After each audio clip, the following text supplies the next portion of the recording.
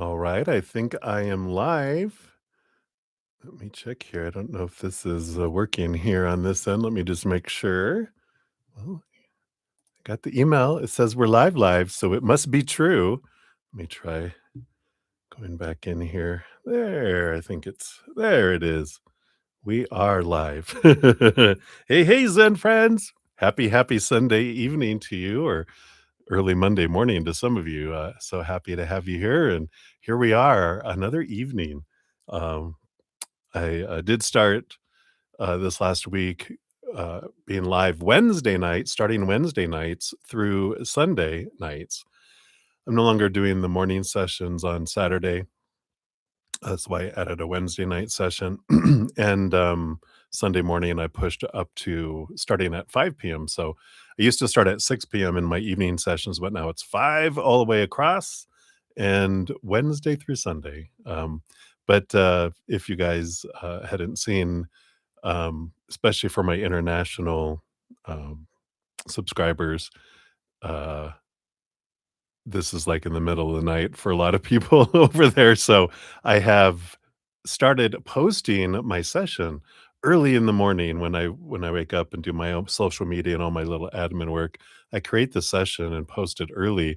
So you have all day that the chat is available. You can go in, put your question, you can make donations in there.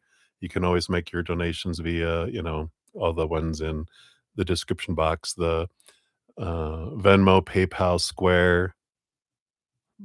PayPal, Square, and Cash App. That was the other one. All those are available, of course, and you just put your question out here and it saves it all. And I gather it throughout the day just in case too. But then I honor that first come, first serve. So if you guys weren't aware, now you know. So hello. All right. We'll get started here. I got a beautiful little gift here moments ago before I started. One of my wonderful Zen friends sent me this little it's a dragon. I don't know if you can see it. It's a little dragon.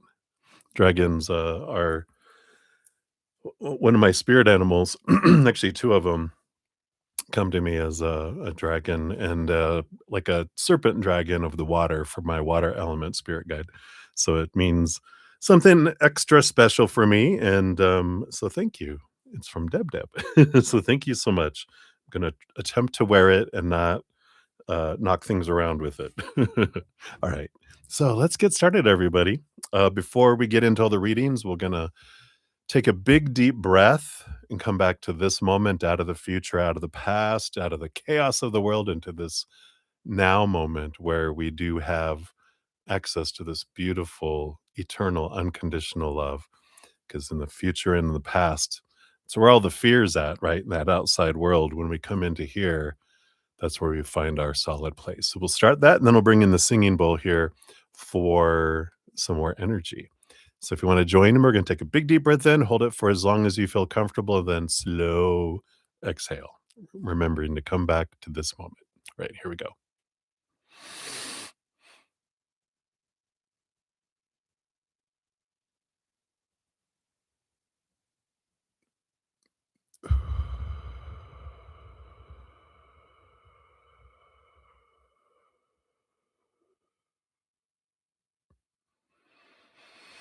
Beautiful. And I will bring in the singing bowl. I hit it 3 times, and each time we do that, we can just allow this beautiful, beautiful love energy to flow down into us and fill up our minds and all our thoughts, into our hearts and all of our emotions, into our bodies and all our cells, our blood, our organs, and into our energetic body with all our chakras and our meridians, energetic meridians that run throughout our bodies. And of course, our auras too. And then filling us up and flowing out there to the outside world to let it do whatever it wants to do out there to help raise the vibration of the planet as well. So I'll hit it 3 times. I'm not sure how loud this will be, so watch your ears. It varies every time I hit it. I'll kind of start off in the distance a little bit so it's not so startling, right? So, and something that, of course, we can do to help raise our love vibration is to focus on one thing that we're grateful for in this moment that immediately begins to raise our vibration, and it puts us in that space of hearing from spirit and magnetizes us to hear and receive more from whatever we're grateful for, too. All right. So remember gratitude. Here we go.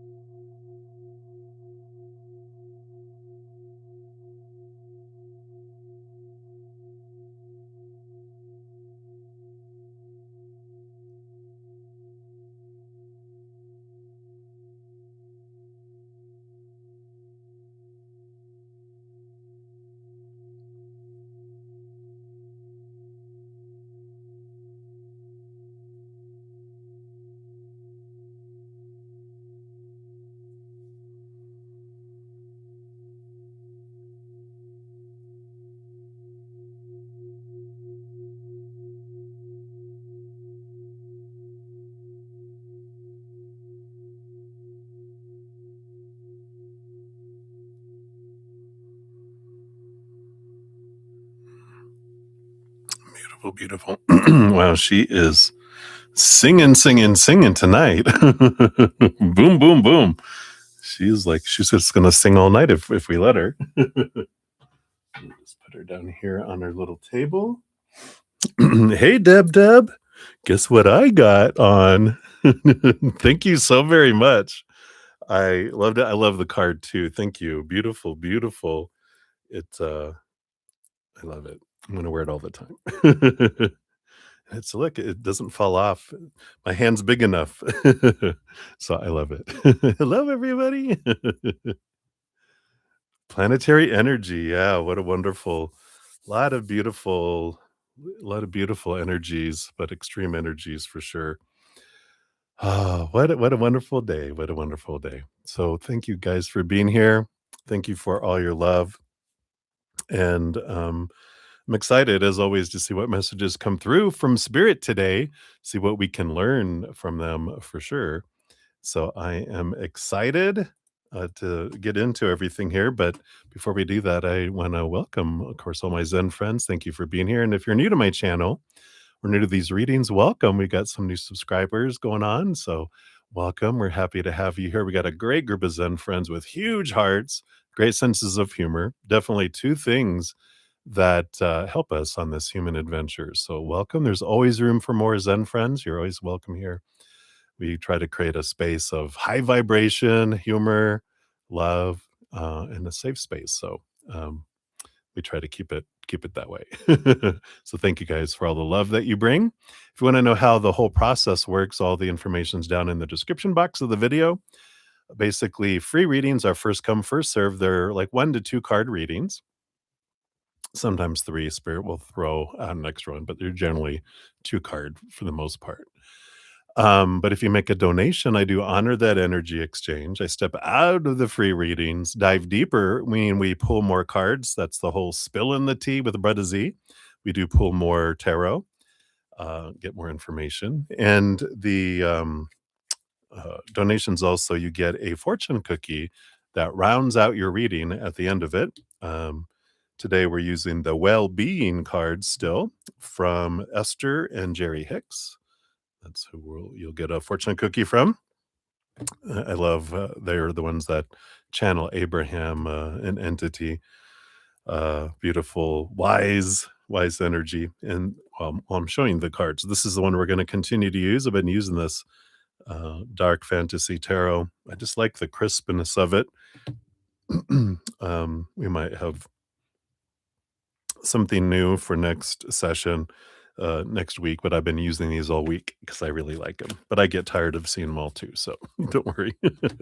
Anyway, if you want to make a donation, you can use the super chat at the bottom or in the description box of the video. I do my Venmo, Cash App, PayPal, and Square. So if you want to use those, I don't have any set dollar amounts. I know cost of living is different across the world. The rate of exchange is different. Everyone's income is different. So whatever you're able to give from your heart, I do honor that. And yeah, so that's what we do. If 2.5 hours in, I have not completed any free readings, I do step away from donations, complete at least 30 minutes of donations. I mean, of free readings. Hello. And then I return back to donations.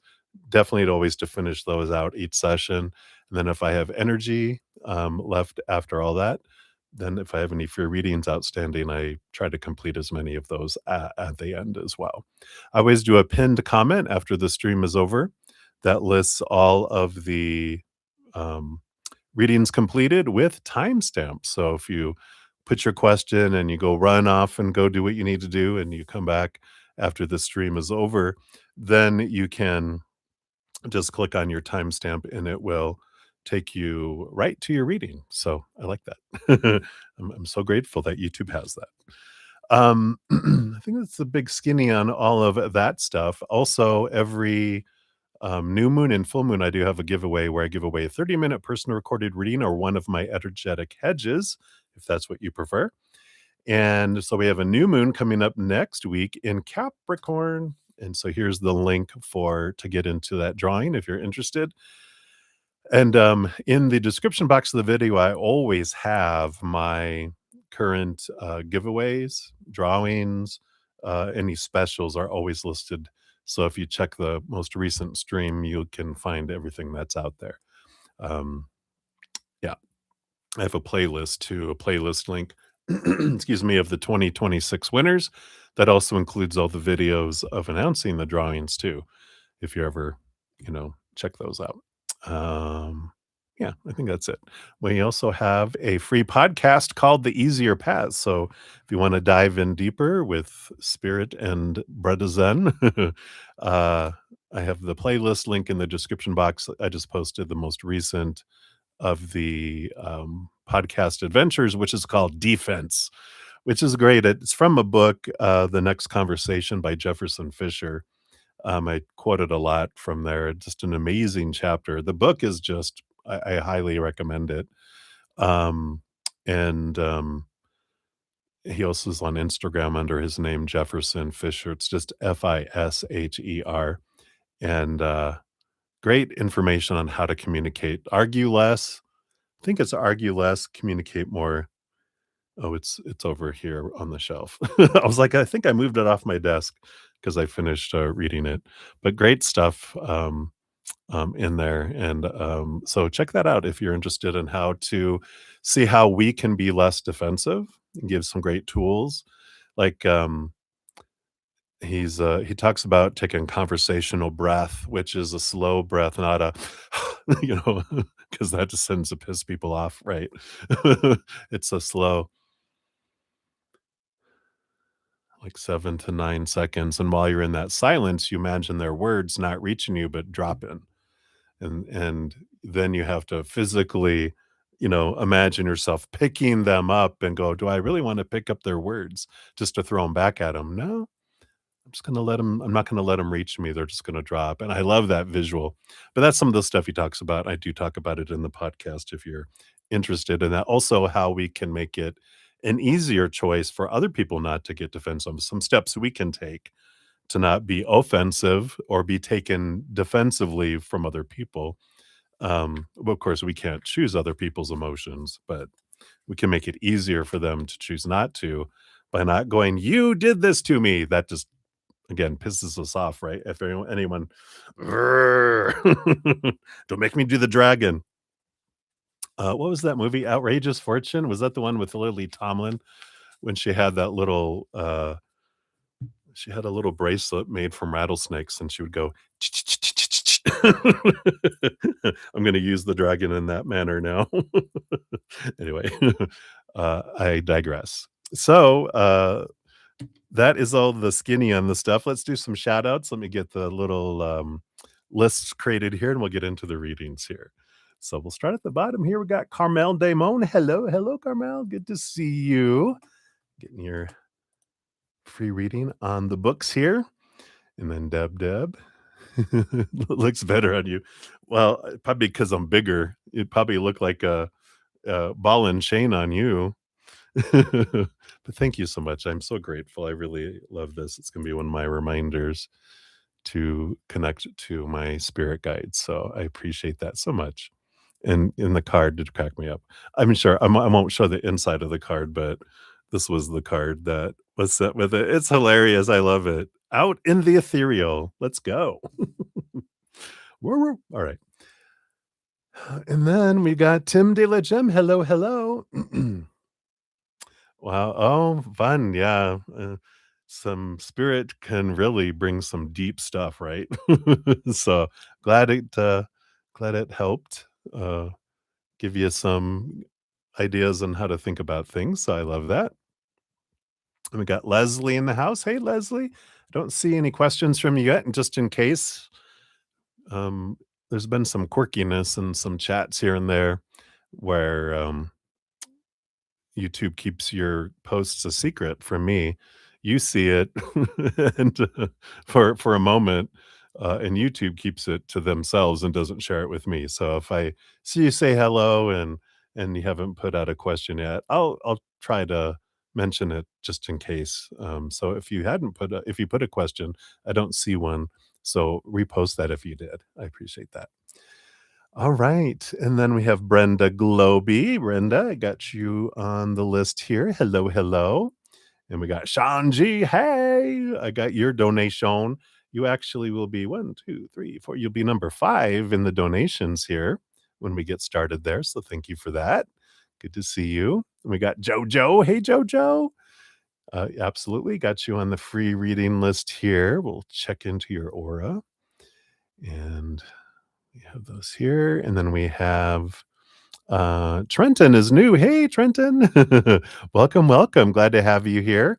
I do have you on the free reading list. Donations do get first priority, so I'll do those, and then, um, you're definitely within the top 10, so I'll definitely get to you sometime this evening, um, because I always get to some free readings in the evening. I try to do them all, so we'll try to, always make sure, but, I will, get to your reading there, so welcome. Thanks for hanging out with us. And we've got Amber. Wait, I lost my place. There I am. Amber. Make sure I got you over here. Yeah, I do. So, Amber, we have your general reading on here. We got Maria P in the house. Hey, Maria, I got your general reading, and then I got your donation too. You'll be number 4 in the donations when we get to those, and then we'll circle back around for your free reading here eventually. Then, of course, we got Sudeshna. Hey, Sudeshna. I got 3 of your donations, so you'll be up first for those 3. So thank you so much for those. We'll be starting up here in just a momentito. We got Ashish. Hello. I got you on the list here. We've got Moonlight that had just popped in to wish a good day. So happy for your own calm, peaceful Sunday. I'm so happy for you. Little hedge work taking action, huh? All right. So good to see you. And then we have Mangala on the list. Hello, hello. Also Ateshi Singh. We got you. Like you're are they crushing back or am I just delusional? Well, we'll see. Everything is an illusion. So we're all delusional, really, right? All these human characters. But we'll take a look into that for sure. And then we've got Ashul, AG. We got you up on the free list. Hello, hello. And then Eagle. You will be the first free reading once we get to that. So I've got the list here. I think we had some more people pop in here. So Faith and Love, hello. We'll get you on the list here too. All right, and Deb, thank you so much for your donation. We'll get you on the list for the donations as well. All right. All right. There we go. All right. All right. Very good. So, oh my gosh. Yeah, a lot of energy happening there, right? Whoa. All right. Well, we'll dive into those as well. We got Cat Mia in the house. Hey, Cat Mia. There you go. There is yours. All right. Very good. I'll get you on the list here too. And that is where we'll stop for now. Not stop, but I'll stop doing that. And we'll get into readings because that's what we're here for. So, thank you guys again so much. I'm so grateful for your patience with the changes in schedules and just I appreciate all the love. So let's take a little sip here. Cheers, everybody. And I love you.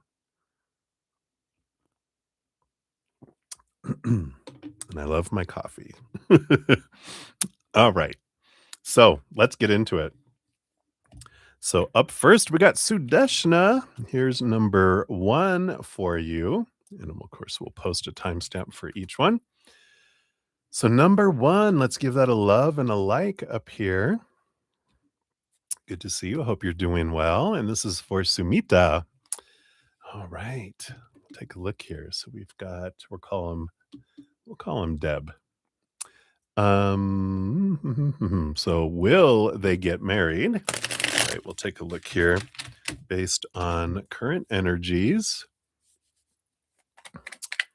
Will they get married here? All right. Feels like that's a yes or no. We'll see. And how's the match? Okay. I feel like they want that one too. And then will things move forward? Okay. And will things come in common ground between the families, right? Uh-oh. That's the trouble. That's the hard one, right? Getting everybody on the same page here. Well, we'll take a look here. And then timeline here. Let's take a look at, we'll do a when card here through the learning deck here. We'll see what comes in here. All right. Well, the bottom of the deck, we do have the Seven of Pentacles that's, hanging out there, which is it's a combination of energies. It's the last thing that grows on the fruit tree is the fruit. And we'll see here about the other, because there's always a secondary meaning to the Seven of Pentacles that can kick in, which is, um, once you start to see the fruit, we're like, meh, that's not really what I'm wanting. And that doesn't mean them to Samita. It could be, Samita's family to the others going, man, we don't think this is what we want for our daughter. So interesting. We'll see what comes in here. Based on current energies, will they get married? Well, I don't know. They got the Seven of Swords here. There is, these two sevens is a bit of an obstacle energy. It's like there's some hidden stuff that comes out. There's some, maybe not untruths, but just things that weren't shared. Not, I mean, it can be deceitful energy, but we'll leave it at that. Let's see here. How's the match? Let's look at that first here. So we got the King of Swords to the Six of Cups. So definitely the King of Swords is someone that's very much in their minds, not so much in their hearts. Although with the Six of Cups, there is some past life energies that are there bubbling below the surface, but it feels like they're really analytical and more of a thinker than a feeler kind of energy, maybe even so much a thinker that, it's hard to get emotion out of them. Let's see here. Will things move forward with this one here? Well, we got the Three of Pentacles. Three of Pentacles it's collaboration. creativity, but there is this energy of being true to one's authentic self and this authenticity that comes forward here. Let's see here. Will things come into common ground between the families? It's going to take a magician. I don't know. We got the Ace of Wands. So there's this attempt here, strong attempt here to have this come forward. And we got the Two of Cups underneath it, which is there's like this, you know, I feel like they do come to an agreement, but there's something about the Seven of Swords where there's something that was kind of like, oh yeah, by the way, we want to make sure you guys know this, blah blah blah, and that's like a deal breaker.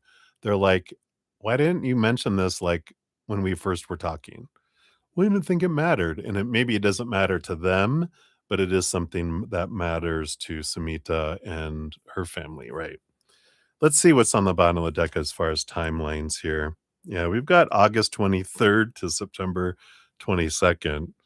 Queen of Pentacles, this is Mother Nature, Mother Nurture, really nurturing um, energy here, which I just feel like it comes down to Samita, the parents going, and again, that's what it felt like, right? When I was like, it's not so much them going, oh, we don't choose Samita. It's more, I think your parents or Samita's parents going, no, this isn't for our daughter. It's not a good deal. So I don't feel like this one really works out. I feel like it starts off to be like, oh, look, we're making progress. Things are moving forward, but there's just something there that is being held back that comes to light as we get closer to making an agreement.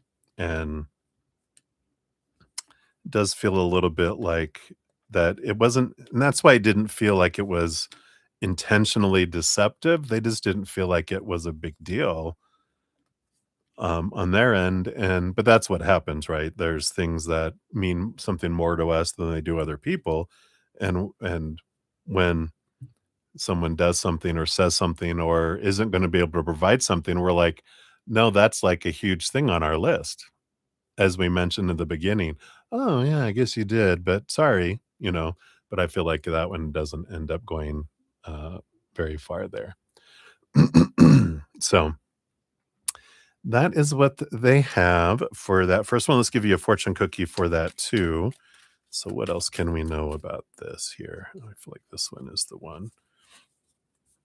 I feel like this is Sumita. This is Sumita before she's going to sleep. And it says, the universe knows me and the universe adores me. And I like that. Regardless of what happens in the outside world, let her know she is adored by the universe. It says, if you will allow it, you will feel the love that flows to you and through you. You are always seen, always understood, and always loved. Wow.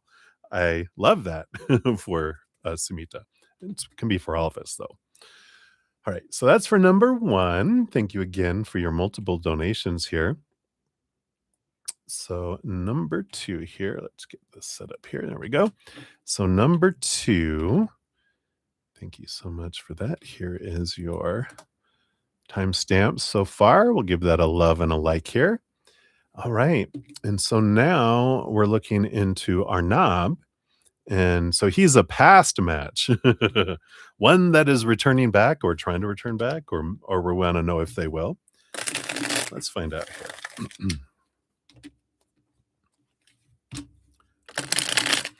All right. I smelt. Maybe that's the last of my incense going. I'm like, you ever smell like something's on fire, and then you're like, and then you're like, okay, no, it's just that. I'm not on fire. That's why I have my camera. I can see if there's flames back here. All right, let's take a look here. So Arnab, will things move forward? Whoa, with Arnab. Wow. All these cards came flying out. We'll take a look here. If yes, when, and will they get married? All right. I feel like all these cards will tell us here. And then we'll do a when card just to see what we've got here. Well, the cards that are showing themselves, this looks possibly promising as far as moving forward. We'll take a look here. Bottom of the deck, we do have the slowest moving knight, which doesn't mean no progress, but slow progress. And maybe this says it's been taking a long time, right? For this match to kind of formulate and move and kind of go in here, right? So we got the Knight of Pentacles.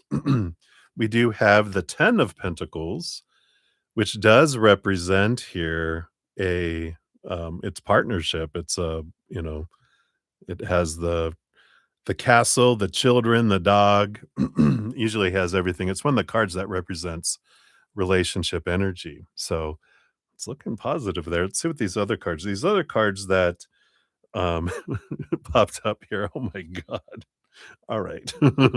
Because we got the Wheel of Fortune, which is it's another 10 card. It's the major arcana number 10 of abundance.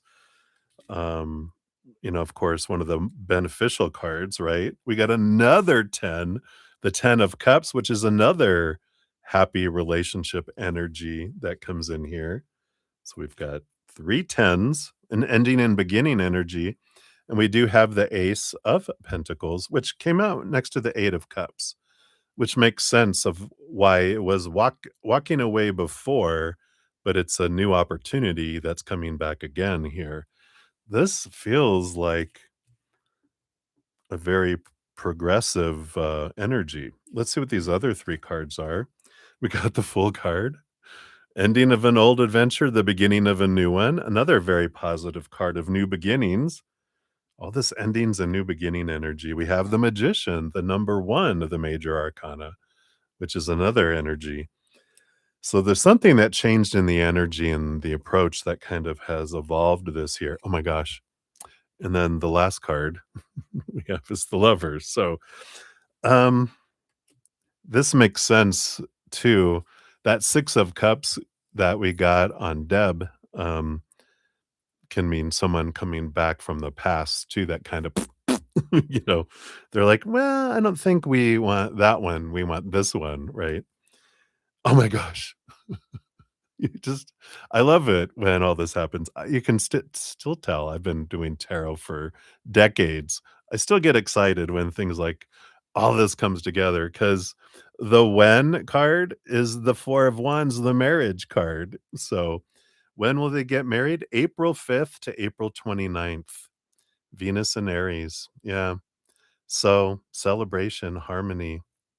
Yeah. So ding, ding, ding. I think we have our winner. So I love that. You can't make it up. That's such a good spread for a relationship. It's like, all right. And it's worth the wait with this Knight of Pentacles. So it feels like something had to change with that Magician. The energy changed, and that changed the future energies. So I like that. Let's see what the fortune cookie is for them too, but holy moly, what a great what a great reading that is. All right. You're like, "Wait, I want that reading."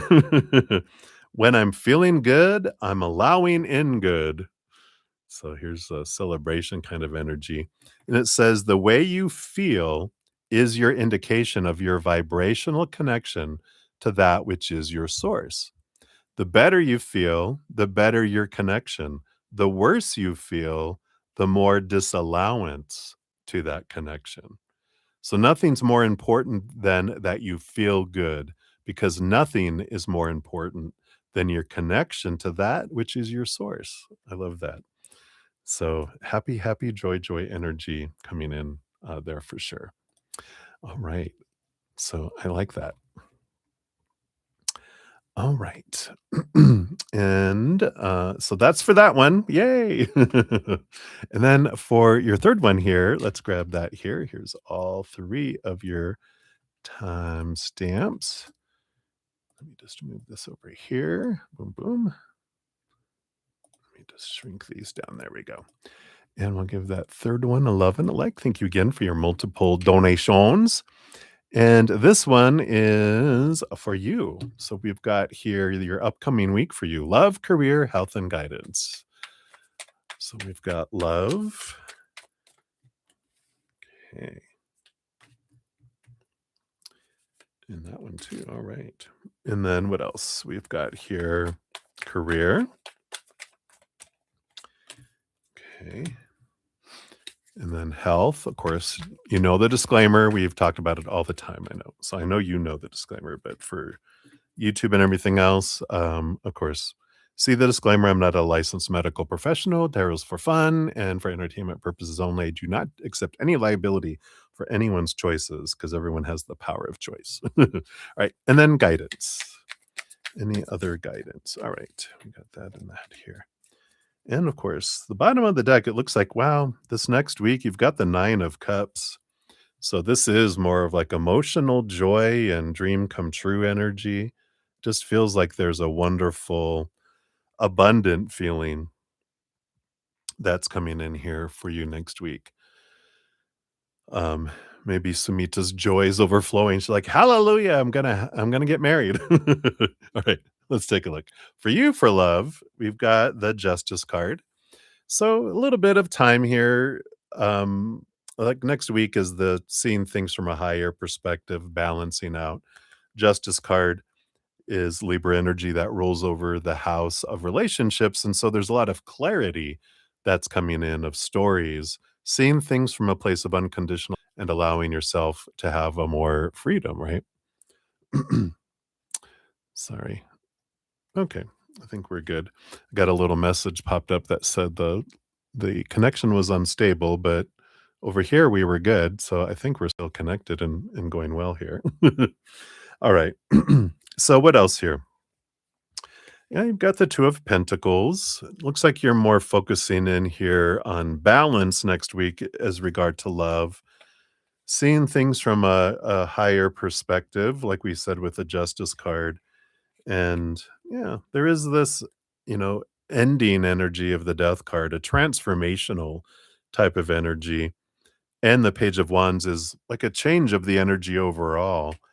And I feel like that's what's happening here is you're getting a lot of clarity around whatever you focus on regarding love is what you draw in. And I feel like you get a lot of like, whoa, like a real awareness as it's happening. You're like, when I get into this mindset and go into the want and the need and the fear, I see how it impacts me. When I'm sitting in gratitude for things, I see how that higher vibrationally impacts me.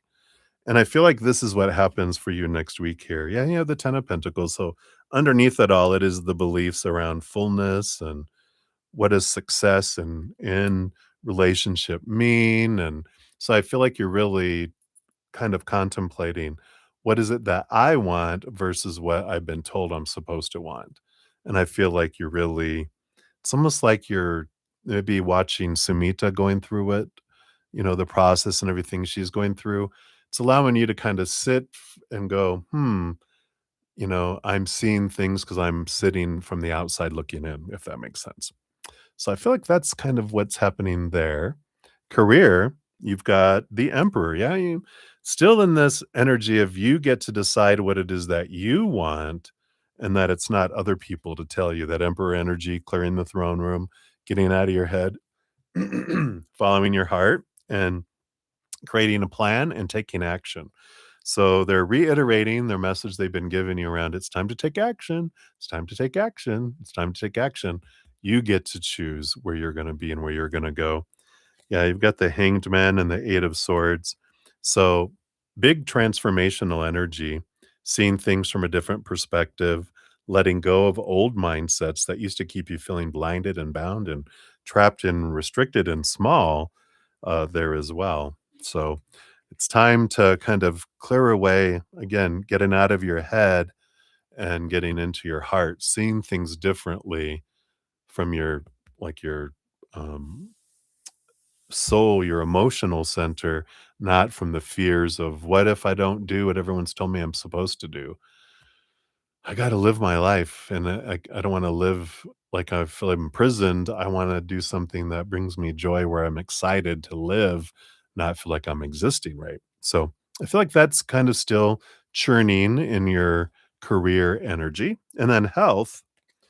You've got the 10 of cups. They're bringing in this joy, joy, joy energy, this chariot energy, which is all about emotions. It's them ruled by the moon and Cancer sign energy, and but it's about choices here. Choosing joy helps your body, and your choices are very important about your life because they're impacting your body. And you have the Seven of Wands, which is about being true to your authentic self, not dimming your light, not asking for permission to shine or needing to defend what you're doing. It's about you shining bright and you being full of joy. That's going to help your body. It's like we were talking about, like with love and career, which are two big, huge things in our life. If we're stressed about those things, we're stressing our body out, and our body shuts down. Its immune system, it's floods our body, with all of these chemicals. It shuts down our um, all sorts of things because it's supposed to be temporarily, but if we keep stressing, we keep shutting down, our body goes, "Right, let's boot up. Oh, to shut down," So we're not helping it heal itself and be at its, most healthiest. Because when we're in a place of joy and calm and peace, it works as this amazing self-healing machine, right? Or even a super machine. All right, what other guidance do they have here for you? Page of Swords and Five of Cups. Yeah, there is this clarity that comes in here next week about the Five of Cups, which is recognizing your lower vibrational emotions. Let feelings be flags that something can be looked at within you. So if you're feeling stressed or down, let that be a flag going, there's something to look at in here, not something that has to change out there, because stress doesn't happen in the outside world.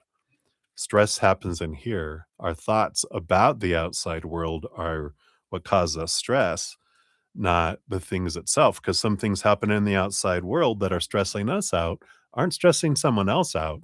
So it's not the situations we go through that determine how we feel. It's the person going through the situation that determines how they feel.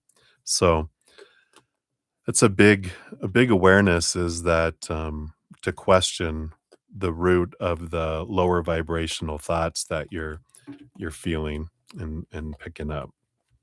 Let's see what your fortune cookie says here too. Let me just put all these cards back in here. Almost done. Almost done. Okay, there it goes. Let's see what else we got here.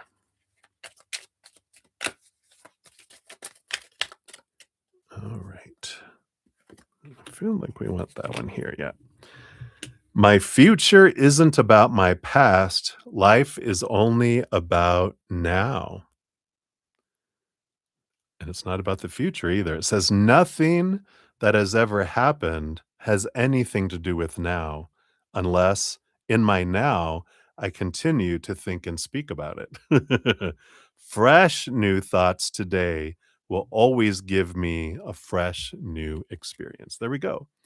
I was just talking about what's the problem? The old thoughts, because we base the stories we put on things in the outside world are stories that we've heard before that we apply to now instead of going, let me put all that away and what's the new thought I want to, I have the power of story. I get to choose what things mean. So I like it. All right. So that's what they have for you, Sudeshna. Thank you again for your donations. Many blessings to you. All right, let me see. I think we had some more individuals come in here. Let me do some shout outs, get them on the list here. We'll get back into the reading. So we do have here Jean XO. Hello, hello. Good to see you, my dear. Get you on the list here. All right. Very good. And Those are from Deb Deb for your reading. I got that there. We got Livier Vagara. Hello, hello. Good to see you. Good evening. Here is your question. We got you. Oops. My little mouse didn't grab your name. That's not going to be helpful. There we go. Now I got you. All right. And then welcome back, Moonlight. Good morning. So let's take a look here. We'll get you added on to the donation list here. We got Rocky's World as well. Yeah, no problem at all. I appreciate whatever you're able to give, Rocky.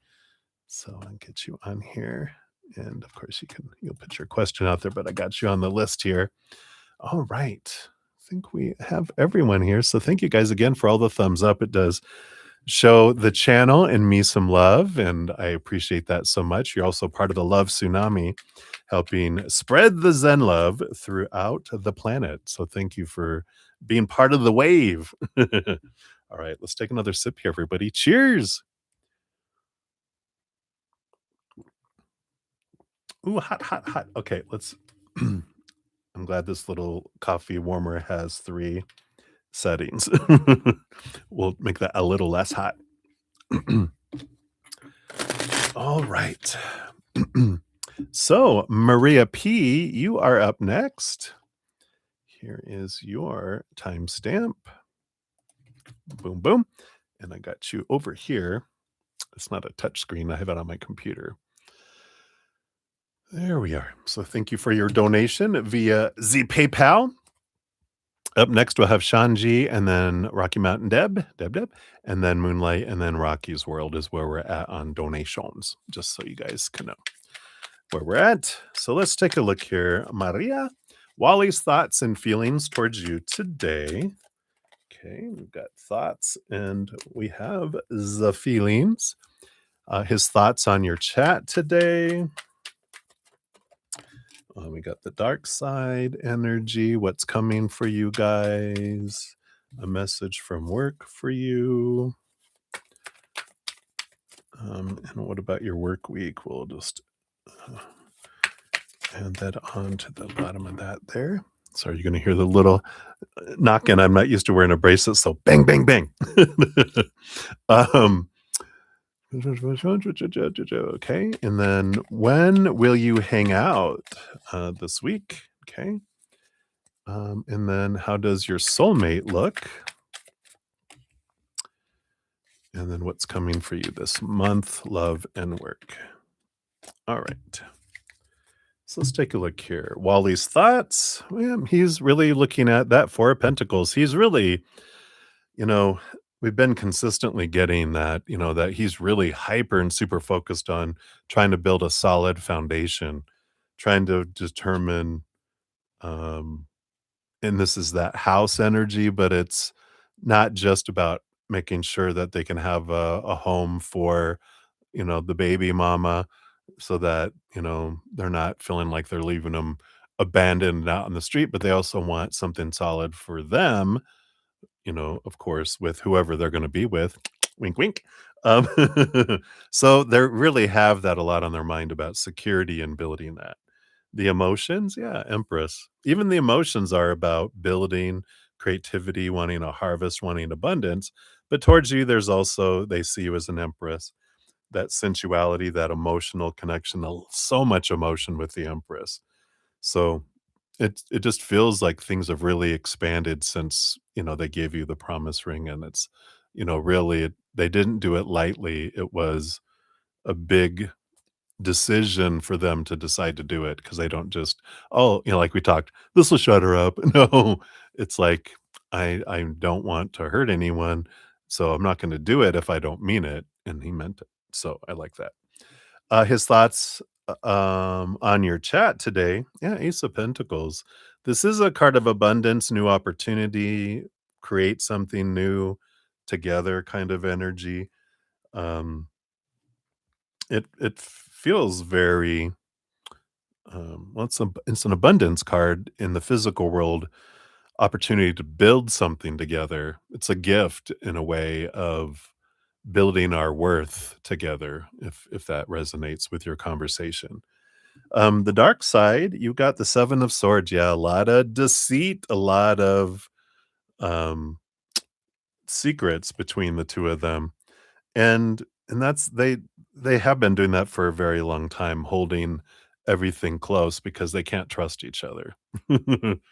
Um, they know that well, he knows that the dragon, because like in the old English fairy tales, if you've watched like Hobbit and all that, especially the one with the dragon in it, they want gold, they want security, and they will take it, take it, take it, take it.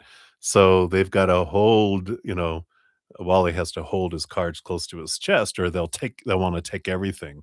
They're like, "No, I gotta keep things out of the sight of the dragon, or the dragon either burns them with fire or wants to take everything, or both." So there is this, I gotta keep things separate so that I can, make my escape plan and not have them try to, you know, take everything of everything. Um, so it's kind of the usual blah blah blah uh conflict on the dark side over there. What's coming for you guys? You got the Knight of Cups, movement of emotion and romance. So that's good. I feel like we're gonna leave it there because that's what you wanna hear is, "Okay, good. The journey of love continues between the 2 of you.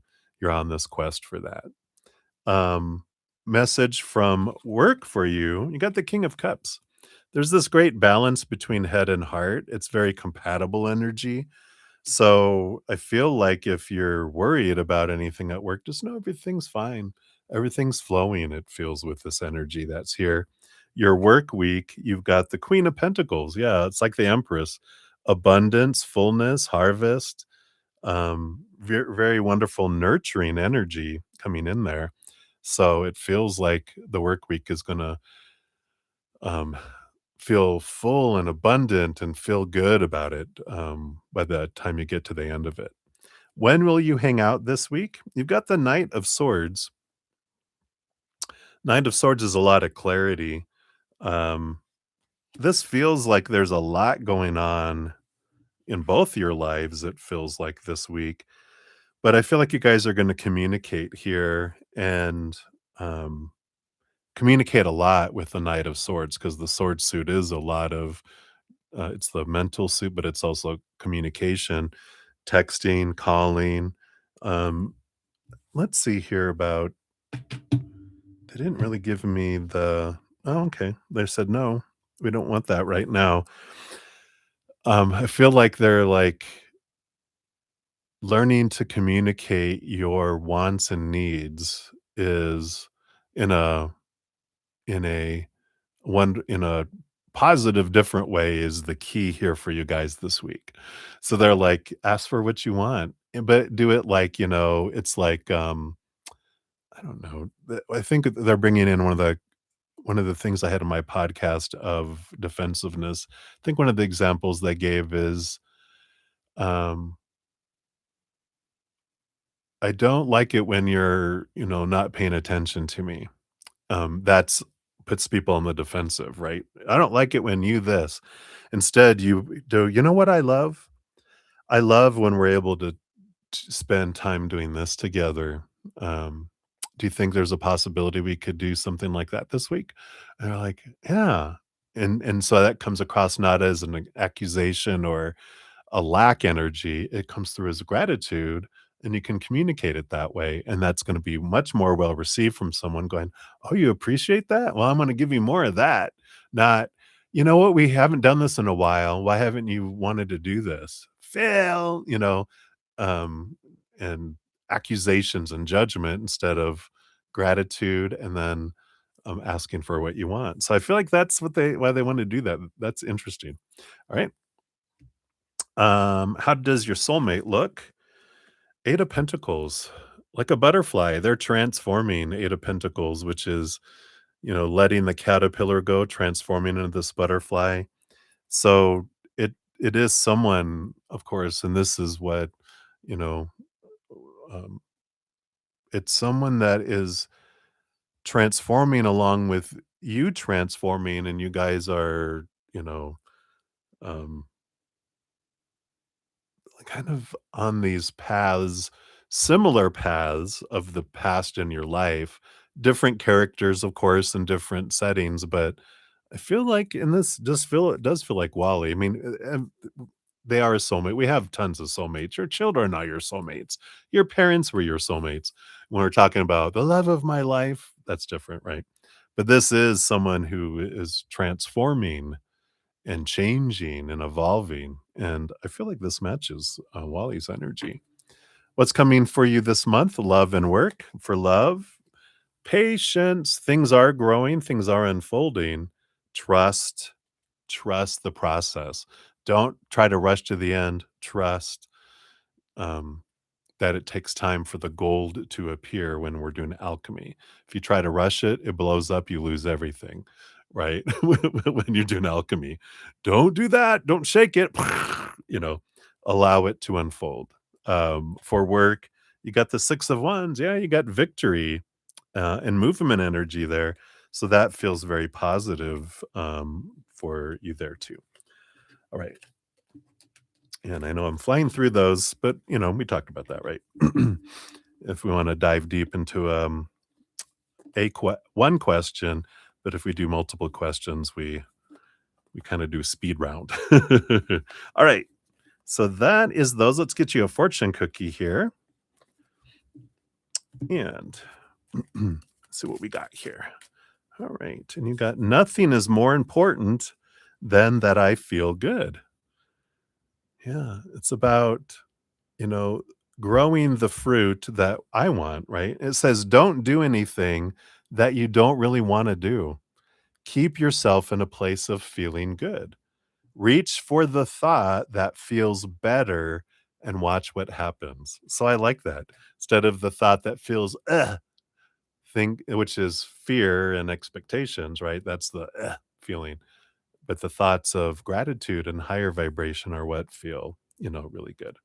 So that's what they have for you, my dear. So many blessings to you. Thank you again for your donation. We'll get around to your free reading here eventually, too. All right. Let's see. Do we have anyone else in come there? Oh, Moonlight. It's not morning yet. It's 2 a.m. Early, early, early morning. It's almost the witching hour, 3 a.m., right? All right. So, Sean G, you are up. Here is your timestamp. Hey. Thank you so much for your donation via the Cash App. And I always do that with a German accent. I don't know why. Maybe it's the German bank. I don't know. So let's find you here. There's your red hair. I can find you. There you go.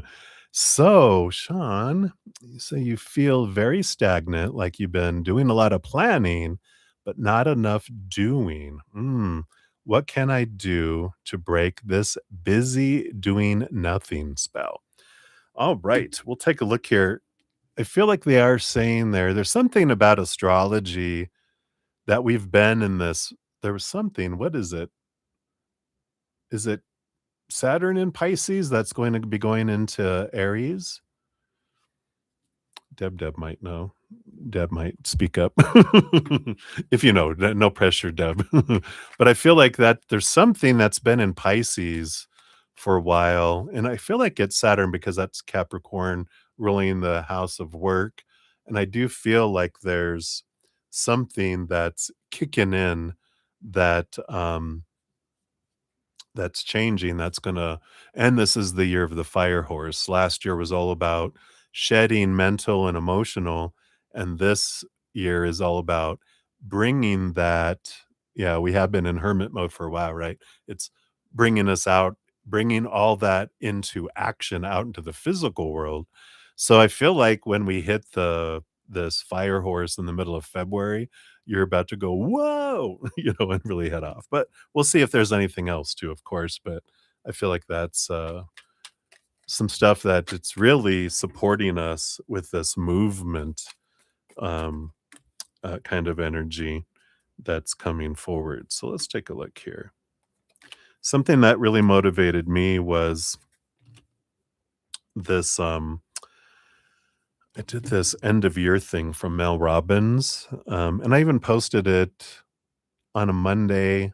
Not this I don't think it was this last Monday. I think it was the Monday after Christmas. If you wanna go find that on my, page, and I have the link there where she gives a free workbook. You can just download it. You don't have to print it off or anything if you don't want, but, um, it takes you over your 2025, what stood out, what were the low points, and you look at what did I need during those low points, and then what were my high points, and what was the theme for the high points, and then you decide what it is that I'm going to continue, what is it I'm gonna stop, and what is it that I'm gonna start. Really motivated because it made me realize, the things that weren't working well that I needed to stop, and the things that I was excited about that I wanted to start. Because stagnancy can come around when we're doing something that we feel we're supposed to, that our mind is going, "Yeah, you should do this, you need to do that," and sometimes you just have to go, "You know what? I'm not there, my heart's not in it, so I'm gonna stop it, and my heart wants to do this, and I'm gonna do that instead, because the energy will be there and the excitement that comes in that too." Yeah. So Deb says, "I've heard that what she's feeling is normal and supported by the planets." Yeah, right? The feeling of should be doing, but we need to take our time and let things unfold as they will, and it is a we're still in that shedding energy up until, like, middle of February when we have the Lunar New Year, the Chinese New Year. So we're still in that shedding going, "Ugh, this old" like I'm a snake, right? "This old sk" and it is the year of the snake, right? It's like, "Oh, this old skin, I'm ready to drop it. Yeah, I'm ready to get rid of it and wiggle out of it and move forward, right? So, um, I like that. Alright, let's see what we got here. Bottom of the deck. Yeah. You do have the Wheel of Fortune, number 10. The wheels are turning. All of this is happening for you. It's giving you an opportunity to not invest energy and do things that aren't what you're being drawn to do. And so the planning, it's like, am I doing it because it's something I desire to do or something I think I'm supposed to do? It comes down to that, right? Even underneath that, you have the number 20, the Judgment card, which is about, seeing things from a higher perspective and being drawn somewhere else that matches your energy, that's coming in here. You even have the Ace of Swords under that, which is, the seeing things from a higher perspective, gaining a lot of clarity about what you wanna do and where you wanna go. You even have the Queen of Cups under that, which is about following the heart and going that way too. So, um, I like that. I like that energy there. Oh, you sell yourself short, Deb. You know more than you know, you know. You know? All right, let's see what else we got here. Yeah. So, Sean, you have the Four of Swords, which the Four of Swords is this resting period, which allows you time to think and let go of expectations. So that does come in here, kind of supporting what we were talking about here. Yeah, I know. um, and the King of Cups too, which is all about balancing of the head and the heart. It's like coming to this place here of letting a lot of this go, allowing the heart to come up and finding this joint effort that comes together, not something that the head only wants, and the heart isn't invested in it. And then not only what the heart only wants, and the mind's like, I don't know how to support that. It's something, it feels like the combination of your heart wants something and your mind supports it, not the mind trying to go, no, no, no, heart. I'm making the decisions. It's really getting in tune with that, where your heart is drawing you. That calling card is where you're being drawn. Um, got the Four of Pentacles and the Two of Pentacles. So there is that balance energy again. this is a time of balancing, and the 4 of Pentacles is an energy of like forming a solid foundation, but it's also a period of really understanding where I am defining my self-worth. Because, of course, the 4 of Pentacles brings us a message of we're taught to define ourselves by relationships, situations like jobs, education, status of social status, whatever, and things, our bodies, our bank accounts, our, possessions. And when we're taught to look at all those, that's when we feel unstable. That's when we feel empty. And that can be stagnant energy too, in that we're like, all this stuff was supposed to make me feel good, but this other stuff hasn't made me feel fulfilled.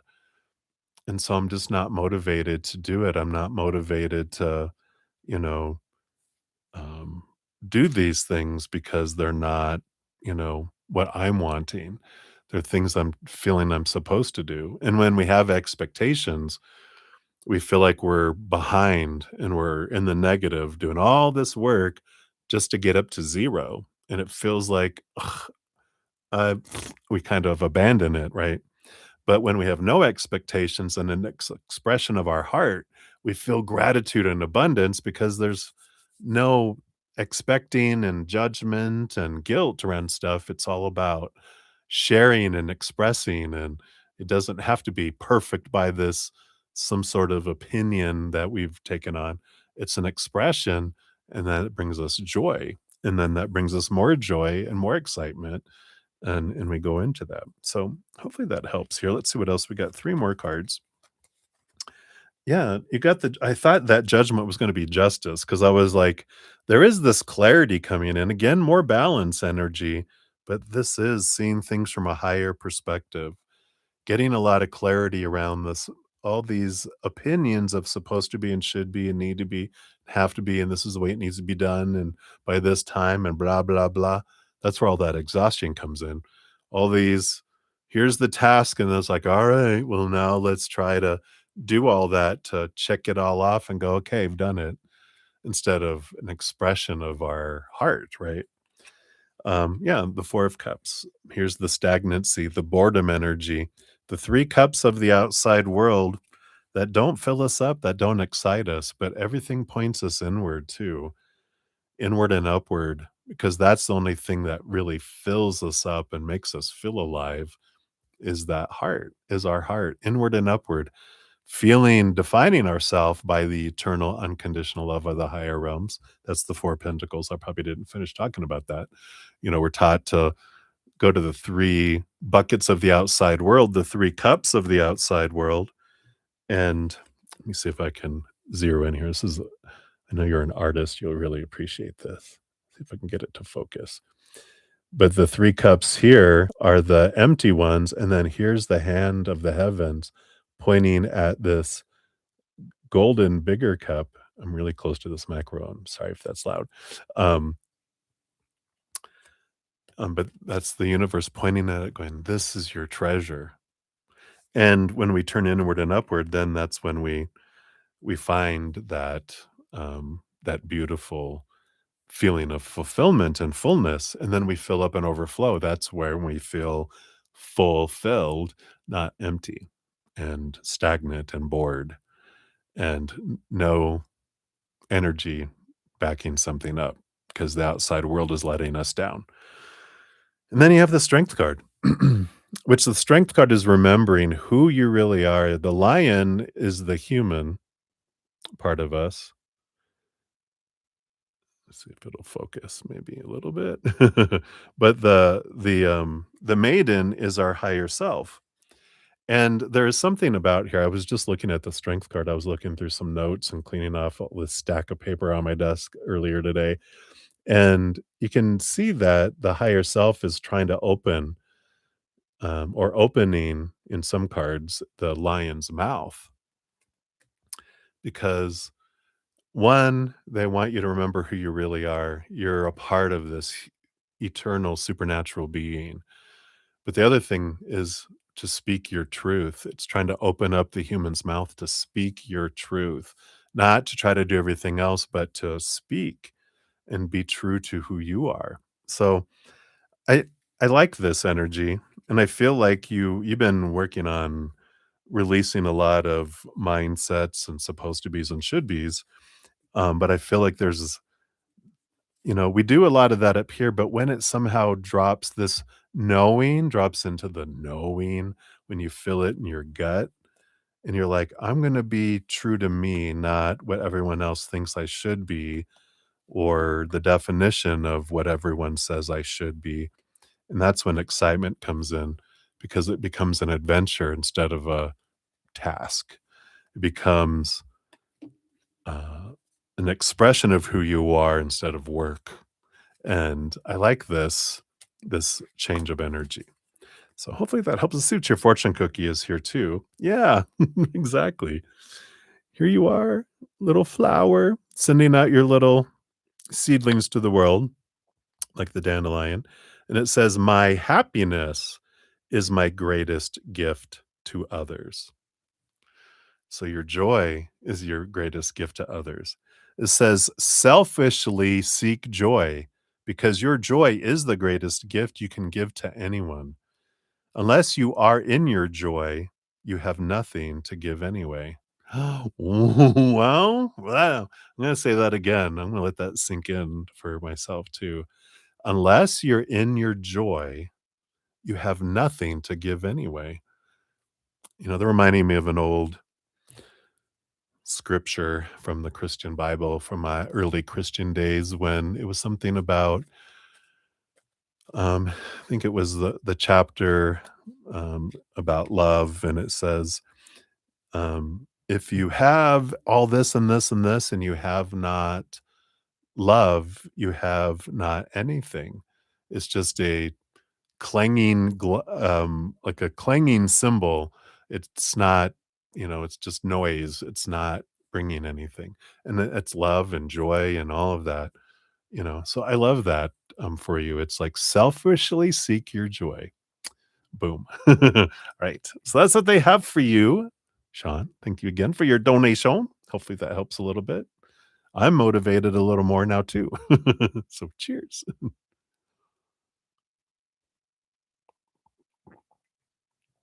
All right. Yum, yum, yum.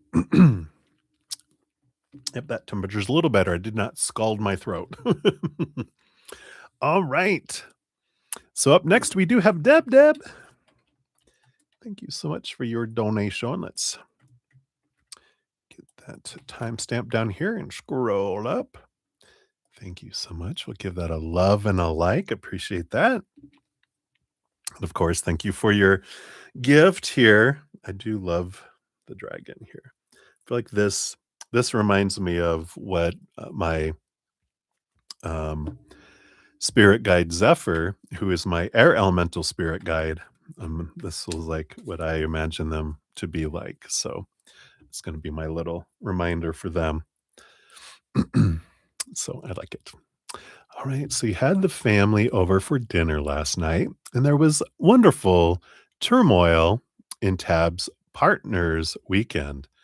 You had warned them of the possibility of feelings being triggered. Yeah, there was a lot of, I even have it in my calendar, bubble up, which means extra reinforce the bubble because there's a lot of that energy that was out there, right? And so you heard about the blowouts. Any info?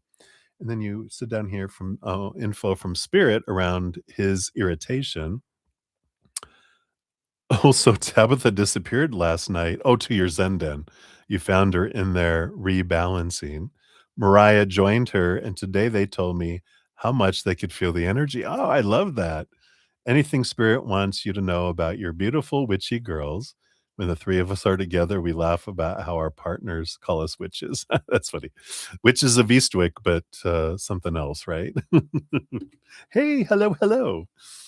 All right, let's take a look here. So first, we want to find out just something about the irritation, like what, just around what the irritation was about, and is there more to just the energy and the astrology, and just what they want you to know about it? as well. Okay, and then your girls. All right, let's take a look here. What can we know about this irritation, please? Thank you. And those, thank you. Cards just falling out of the deck. What a surprise, right? All right. We do have this one and this one. All right. So we've got all of that going on with them. And then let's see here. Yeah, the woo woo. Yep. It was definitely a choice you guys made before coming down here, right? All right. I feel like we want these two. All right. Yeah. So, bottom of the deck, and this matches both energies. It's kind of interesting with the 8 of wands. It's, for, um, the partner, that's a lot of energy coming in, right? Just like, whoa. But for the because this is for your entire reading, the 8 of wands being on the bottom of the deck is a lot of messages from spirit too. So, I like that energy because there very much is this, um oh, they're a Scorpio. Yeah, well, that makes sense too. Whoopsh, whoopsh. The little tail ready to strike depending on where they're at on their transformational transformational, journey, right? But that is a lot of messages coming from spirit just for your daughters too. Alright, let's dive into the partner here. We've got the magician. Yeah, it's the focus of their energy, and they're learning slowly but surely about, whatever I focus my energy on is what grows and expands. Oh, you think the moon is in Scorpio today? Could be. I knew it earlier, I can't think of it right now, but it could be. You might be right. Um, yeah, it is. As of early this morning, because it was, I was thinking about the water energy going on today. Yeah, but, this they're learning about how, what you put out is what comes back or what you focus on, even if it's from a mental place. Our minds, whatever we tell our minds to focus on, it makes us more aware of it, and it actually becomes a self-fulfilling prophecy a lot. But our energy is powerful, it draws it in. So the more they got upset about what was happening, they didn't center themselves, right? And then move into peace and gratitude in that, they were focusing in on this, so they amplified it and brought more of it. Because that's what happens. As we focus on it, we draw more of it, and that's the magician energy that's coming in here, and that's alright. They're on their adventure, and they're choosing not to wanna believe in it right now because they want to experience what it feels like to feel alone. Not alone, alone, but feeling like, um, it's just us humans and, um yeah, yeah, one thing after another, right? And it's like, they want that as that higher self. I wanna feel, what does it feel like to feel unsupported? That's the word I was looking for, not alone, but unsupported by the universe. When we're able to realize that we're supported by the eternal unconditional love of all these endless amount of beings, and the creator of all things loves us and supports us and wants everything for us, life becomes fun. Life becomes so less stressful. But when we didn't know any better and we thought, "Oh god, is this as good as it gets?" That's when I was well, I even knew about God back then, but I was suicidal because I didn't feel like I was supported by the heavens. I feel I was judged by the heavens. I feel like that's why maybe they pushed it away too, because they had some really difficult interactions maybe when they were younger with organized religion, and so they kinda just put everything in a bucket of, "Ah," for now, but I feel like that's why there's a resistance from their inner self. "No, no, we don't want that judgment and that, you know, those nuns were mean," or whatever, you know? I don't know if they had a Catholic upbringing or dealt had to go to a Catholic school or something, but it feels like that kind of energy of, "No, they used to beat me." So I feel like, this is what's, there, with that magician. We also have the 3 of Pentacles, which is this judgment. They're trying to create something, but they feel these 2 individuals here in the 3 of Pentacles. One's the naysayer that they grew up with that would always find something wrong with anything that they did. Nothing was ever right, or, "All right, no praise for what you did. All right, that's done. Now go do this." Now, "Oh, I'm so proud of you. I'm so glad." So they had some of that from one. And then there was this supportive person in their life, but they also, because of the extremity, I feel, of the other one, they always feared that if I didn't please you and do what you wanted, that you'd end up, going over to their court and do that too, right? Um, yeah, just keeps going. But so I feel like that this is talking about that unsupportedness and this, they're still in that I'm trying to please to not get rejected energy. And there's a lot of fear underneath all of that, right? Yeah. And we have the 10 of wands, the burden energy. The 10 of wands, again, that's a ton of energy that comes in. And we can look at life as a burden, or we can look at like, wow, what a harvest. And that's the, again, focusing on lower vibration, you get more lower vibration. You focus on gratitude, you get more to be grateful for. Um, yeah, very good, right? That he didn't get hurt when he had a blowout, right? So I feel like that's a lot of the energy behind it. Um, and he's learning. Let's see what else we have here. Knight of Wands, Page of Pentacles. Yeah. This is going to be a year of change for him with the fire horse energy, the Page of Pentacles.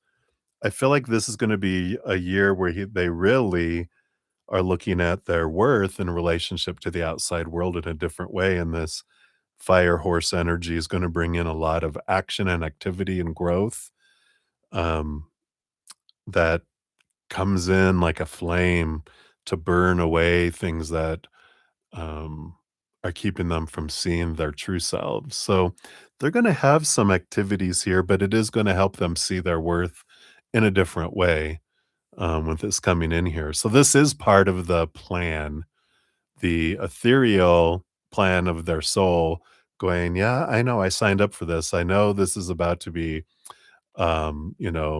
this crazy, crazy, adventure this year."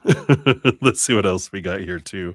Yeah, and here we do. We have the strength card, which is discovering who they really are, as we were talking about there, finding their inner strength, and the 10 of cups, finding their joy.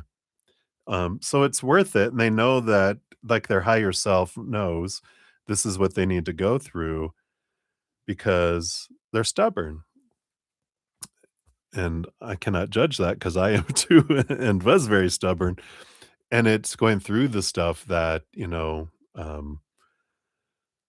frees us, right? Because then when the conflict comes up, this helps free us, and we're able to, separate this, um, you know, the real us from the paper mache us that we created and going, "This isn't who I am. This is who I am." So I have that really big year.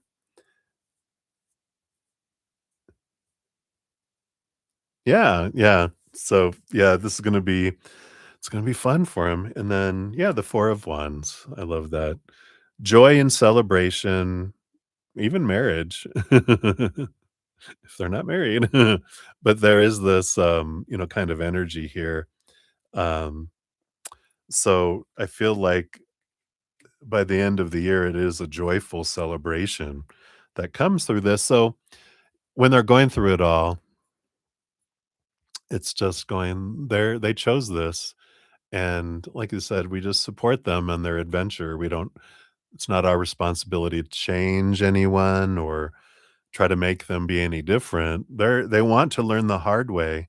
And then they learn it really, really good. So that's all right. We can let them. I wanted to learn my hard way. So, you know, don't ever want to cheat people out of their own adventure.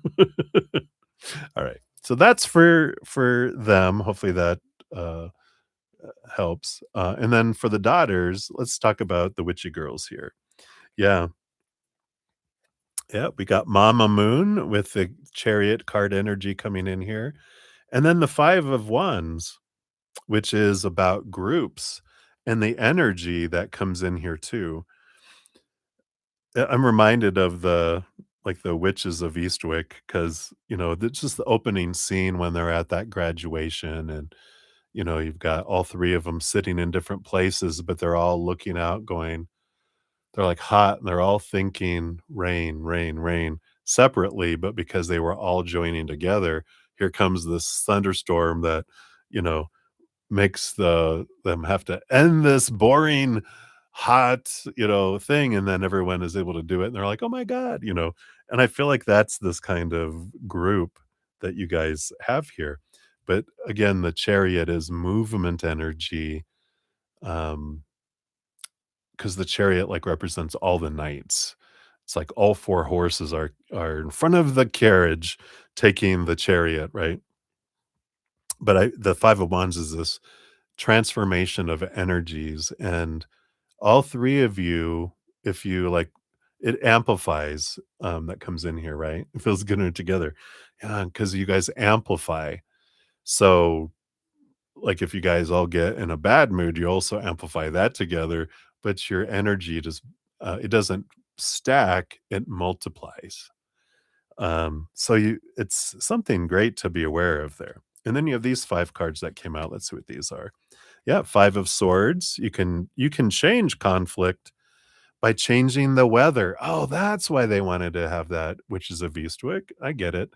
Because we can change the emotional weather around us, the energy, but we can't, and that's that power of choice. We can't make this, anyone else choose, any of their stories, their emotions, their energy, their actions. But if if someone is irritable, we can turn on like the air conditioning and then they're cooler and they're not hot and they're not irritable. It makes it easier for them to choose to be nice instead of a jerk, right? Not this isn't about um the partner. This is just in general, just to make sure. So I like that. And as we were able to not change, may have people change their minds, change their emotions, but we can make it easier for them instead of harder. And I like this combo. Yeah, even the Emperor energy, Aries energy. This is the power of choice again. Um, but this is, allowing each of you guys to know that I'm in charge of my own energy and honoring that with each other too with this emperor. That's interesting. 6 of swords, yeah. You guys learn a lot. You help each other see things from a higher perspective and can be each other's foundation to help each other move from choppy waters to calmer waters, bringing different perspectives, not out of judgment, but out of love. So I like that, with that coming in. Yeah, and the Hierophant, you guys are teachers and students with one another. But with the Hierophant being the number 5 of change, again, it's like I'm hearing you guys are instruments of change. Because of when you guys like one of you can bring the other two on in alignment. Two of you can bring the other one very quickly into alignment. And when all 3 of you are aligned with your higher vibration, look out. So I like this. Yeah. And the 3 of swords. It's interesting because it's like the 3 musketeers. I know the 3 of swords normally means something else, but we've got it, the 3 musketeers. You got that before too, I believe. Yeah, it had to do with the campground, but this is about the 3 of you. We're the 3 musketeers. So I like that. Below the surface, yep, very important relationships, of course. Power of emotional choice, though, with the Two of Cups, too. Again, all this Chariot, it's the power of choice, the power of choice, the power of choice. And no choice is right or wrong, but um, it feels like honoring each other's choices is important. Yeah, and the Knight of Pentacles. Feel like all of you have been on this wonderful quest of for self-worth and you guys just learn a lot. Yeah, because of the Ten of Swords. Letting go of expectations and being true to your authentic selves, and you all help each other that with that unconditional love, trying to break free of the supposed to be and should be and need to be and have to be. Um, but I like all this energy. I feel like that's the important things I want you to know right now. Hey, Indigenous. I freaking love you. I love you too. On point. Boom, boom, boom. Wow, I love that, Deb Deb. Let me just shuffle these cards in here. There was a lot of cards to try to put them in individually. I'm just going to shuffle these up real quick. Okay. Let's see what your fortune cookie brings in too. But I love that. It's just, you know what? No judgment, just love. Holla. You're so funny. All right. So the law of attraction, the most powerful universal law, is my friend. Is this what you're talking about in the beginning? Whatever we focus on, we draw. It says you create with your every thought. And that fits for both scenarios, right? By the universal law of attraction, that which is like unto itself is drawn. You are attracting the essence of whatever you're giving your attention to, wanted or unwanted. So that's a good thing. It fits for both of the scenarios there, right? Too funny. Not funny haha, but funny anyway. All right.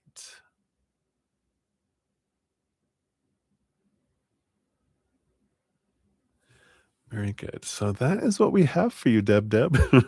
So thank you so much again for your donation. And I feel like that was like not new. I feel like more confirmation for you, right? So I like that. All right. So let's take a look here. We said we had. Oh, okay. I see. Kept me. It looks like you reposted your original question, I think. Let me just make sure it's the same. Path for me.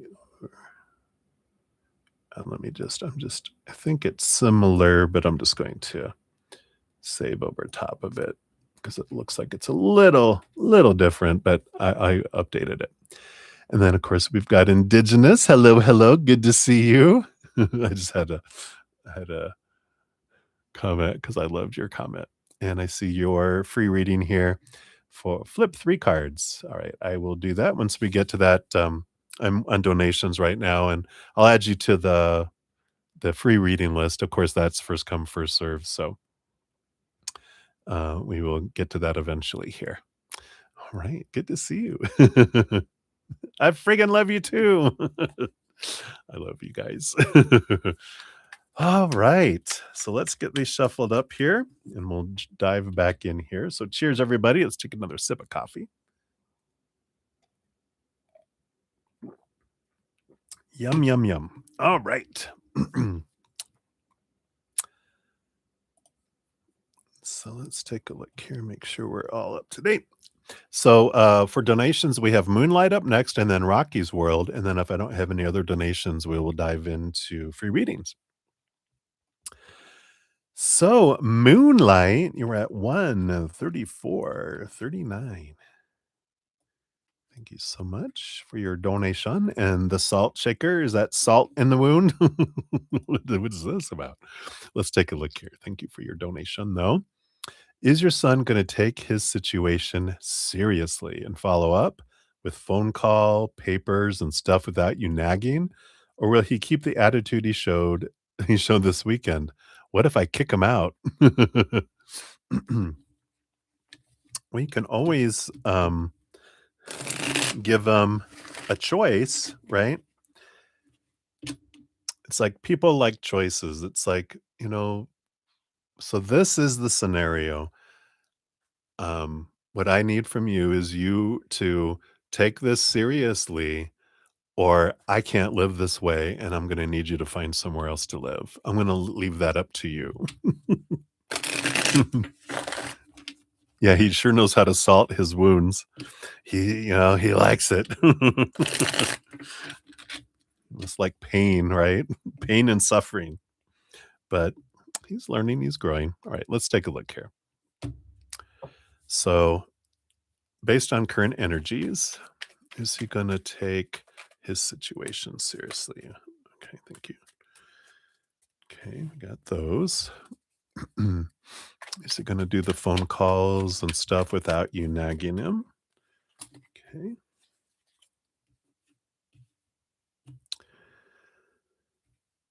You know, um, something if you're interested, the easier path one I just sent out about defense, there might be some good things in there on, how to approach without them, going into fight or flight mode and becoming resistant too.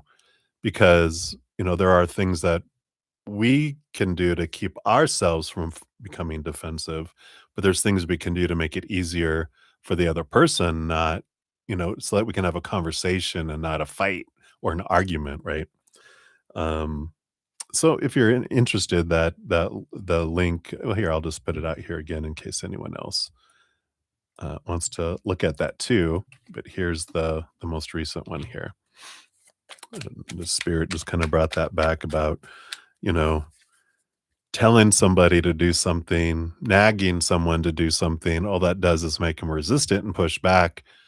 But when we um, like give people choices and approach it as, not you need to do this or else energy, we go, what I would like from you is this.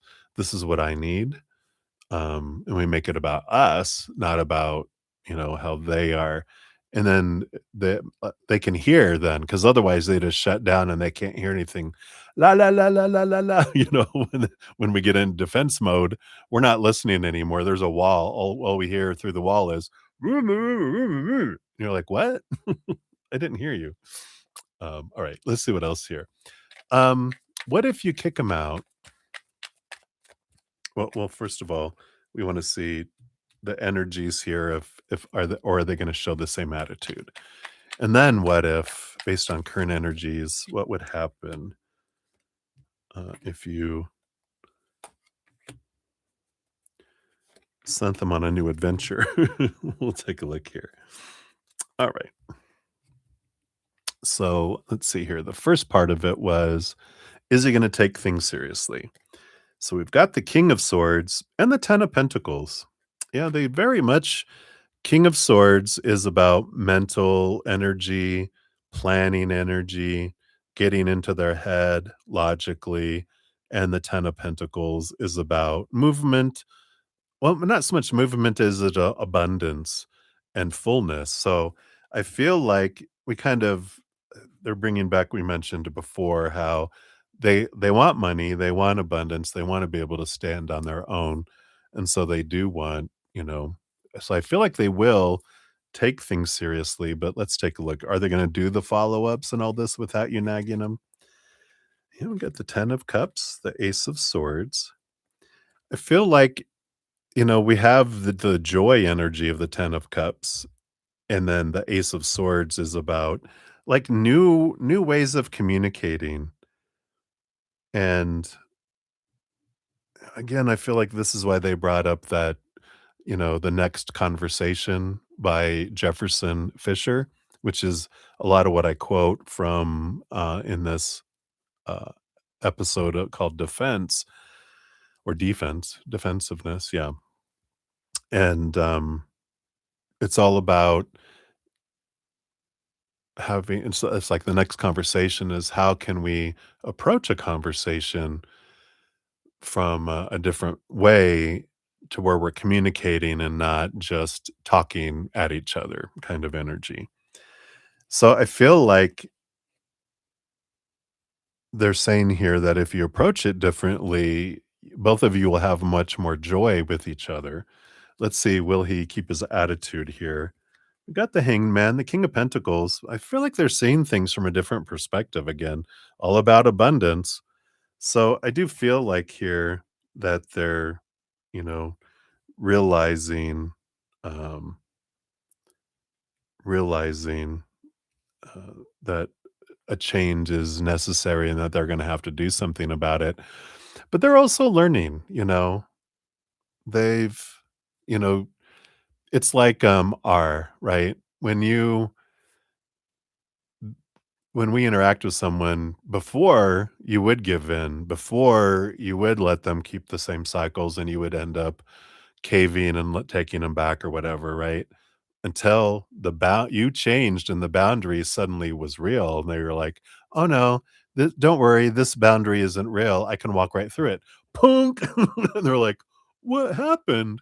I used to be able to go right through your boundaries.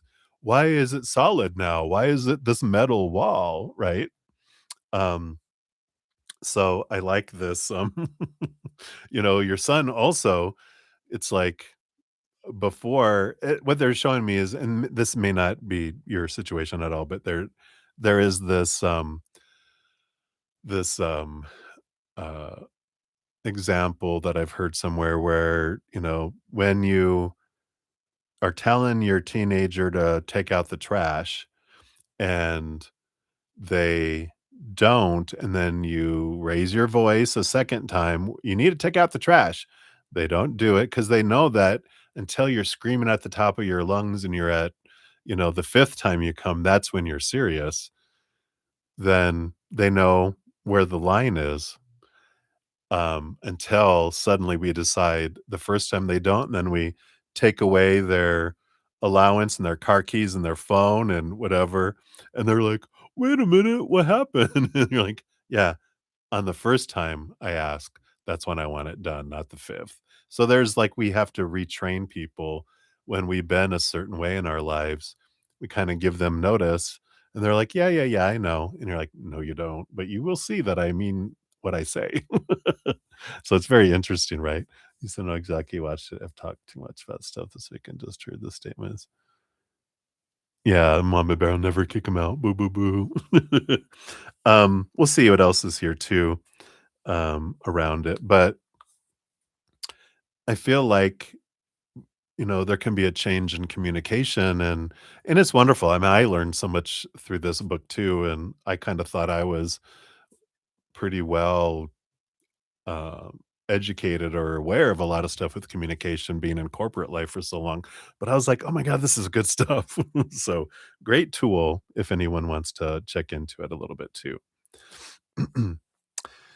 Yeah, thank you, Deb, for answering Indigenous. Yeah, and then also in the description box of the video, I do have Venmo, Cash App, PayPal, and Square, and you can use any of those as well. I don't have any set dollar amounts, but the whole process is down in the description box of the video if you want to check it out there too. All right, so let's take a look about what would happen if you sent them on a new adventure out there. Yeah, we have the Five of Pentacles, these feelings of lack, of being abandoned, feeling left behind. I don't feel like you, I feel like they feel that kind of energy, that rejection energy. Got the Page of Pentacles and the Seven of Wands. It would be a sudden, you know, awareness of having to stand up for themselves and being true to themselves and finding a different way of looking at their worth. It would cause them to grow up fast. And, sometimes that's what's needed here. They would feel that lacking, kind of energy. Let's see what else we have here too. Yeah, the Three of Wands, the Two of Swords. Yeah. They would need to make decisions for themselves and change directions themselves. It feels like there is this, and I feel like this is what we were talking about here too, about give them a choice with the Two of Swords. You know? You're literally sending them off on their own adventure. Is there a ship out here? There's usually a ships out there in the water on the Three of Wands. Well, there's a couple ways that we can go about this, um, this, you know, of course, discover why you want what you want so that you can and think about how you would present it to them on, um, I'm even if it's I'm freaking out and I'm afraid that if we don't do something, we're not gonna have a house to live in and we're both gonna be out on the streets, you know? And so I'm trying to make sure that we have a solid place to live and that we have food and we have all this stuff. Um, but I can't do it on my own. I need you to be a partner with me in this doing this unless that's not what you want. So what are your ideas? What do you want? And you kind of make them step into the adulthood and like, oh, I have to make decisions and I'm a part of this. What? Uh-oh, and it's a good thing. Yeah, the 3 of Cups. We're in this together, you know, this joy, this feeling like a tribe and, you know, and it's okay to, you know, it's like and you have to look at your fears of why do I fear, you know, 'cause that's the fight or flight, right? When we're like, can I kick them out? Sometimes, that is the something we is the best thing for us to do sometimes. If people aren't willing to change and they're gonna take us under with them, sometimes we have to throw them a life preserver and go, "Swim, I'm going back to shore." You know? But understanding why it is, and is it fight or flight that's kicking in, and, why is it that you know, do I feel like I'm gonna let them down? Do I feel like I'm being a bad parent if I don't rescue them and change them and, all that kind of fun stuff, right?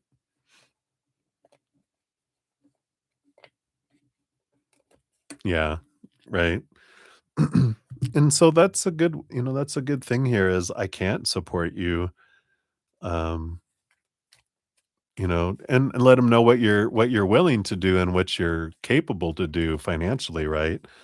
Say, "This is what I can do, but you know, I need you to be able to, bring in this amount of money. I need this from you for us to be able to continue to, be able to both live here. Um, what are your thoughts? What do you think about this? Let it be not delegation, but a communication. Like really be curious to hear where they're coming from, what are their fears, if you haven't talked about it. But I feel like it's a good time just to really understand where they're at, where they're coming from. Of course, let them know you love them, that you would never abandon them, but, you know, always make sure you have food, um, um, at least a meal a day, you know? But, it's interesting. Yeah. Your fortune cookie, it's interesting that it says, "The harder I push against it, the more I attract its essence." Ah, right. Says, "When you find some unwanted thing that you want to shout" No, no, no. 1,000 times no. shout no at, shout briefly, and then turn your attention to the thing you do want.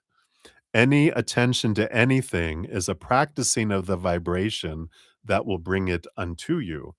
So it's like focusing and maybe not focusing on what they're not doing, but thanking them for what they are doing. And like I'm so grateful for when you were able to, do all this and I knew that that financial burden wasn't on me. I appreciate when you were doing that, and it really helped me out a whole lot. Um, so I hope that you're able to do that again, but you'll figure it out. I know you will. So hopefully that helps there, Moonlight. That is what they have for you, my dear. So many blessings to you. All right. Fun times, right? All right. Thank you, Indigenous, for your dual donations. I have Rocky's World up next, and then I'll be to yours. So if you want to pop your questions out there when you're ready, I will jump down to you when I see your questions after I'm done with Rocky.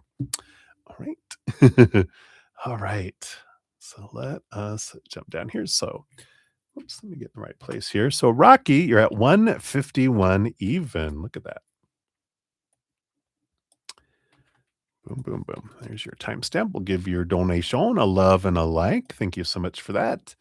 So, you wanted to ask, you've been feeling a sense of calling to the NL Ranch, and you wanted to know from Spirit or even Michael J if April or July is a better time to go so you can plan. All right, we'll see here the energies of both, and then you get to decide what is the energy that matches what you're wanting. Because it's interesting from Spirit standpoint, they don't see something as good or worse, better or not. They just see everything as choices, different choices with different experiences and different outcomes. And it's like asking them, I like the example they gave me of ice cream because I love ice cream. But it's like, what ice cream should I have, Spirit? And they're like, what are you hungry for? And you're like, I don't know, and there's this or this. And they're like, well, here, let me give you a little taste test. Like here in the United States, of course, they have Baskin Robbins. They have these little wooden spoons. They're like, here, you can try a little bit of it here, a little bit of it here. And then you get to taste it and go, all right, I like that about that. What about this? All right, well, I think I like this one better. Give me 2 scoops of that or a gallon, whatever we're wanting of that. So that's what we're going to do. We're going to pull energies here for April. What kind of energies, based on current energies, would you encounter there? Boom, boom. And then if you did July, right? Yep, July. Oops. All right. I feel like that's it there.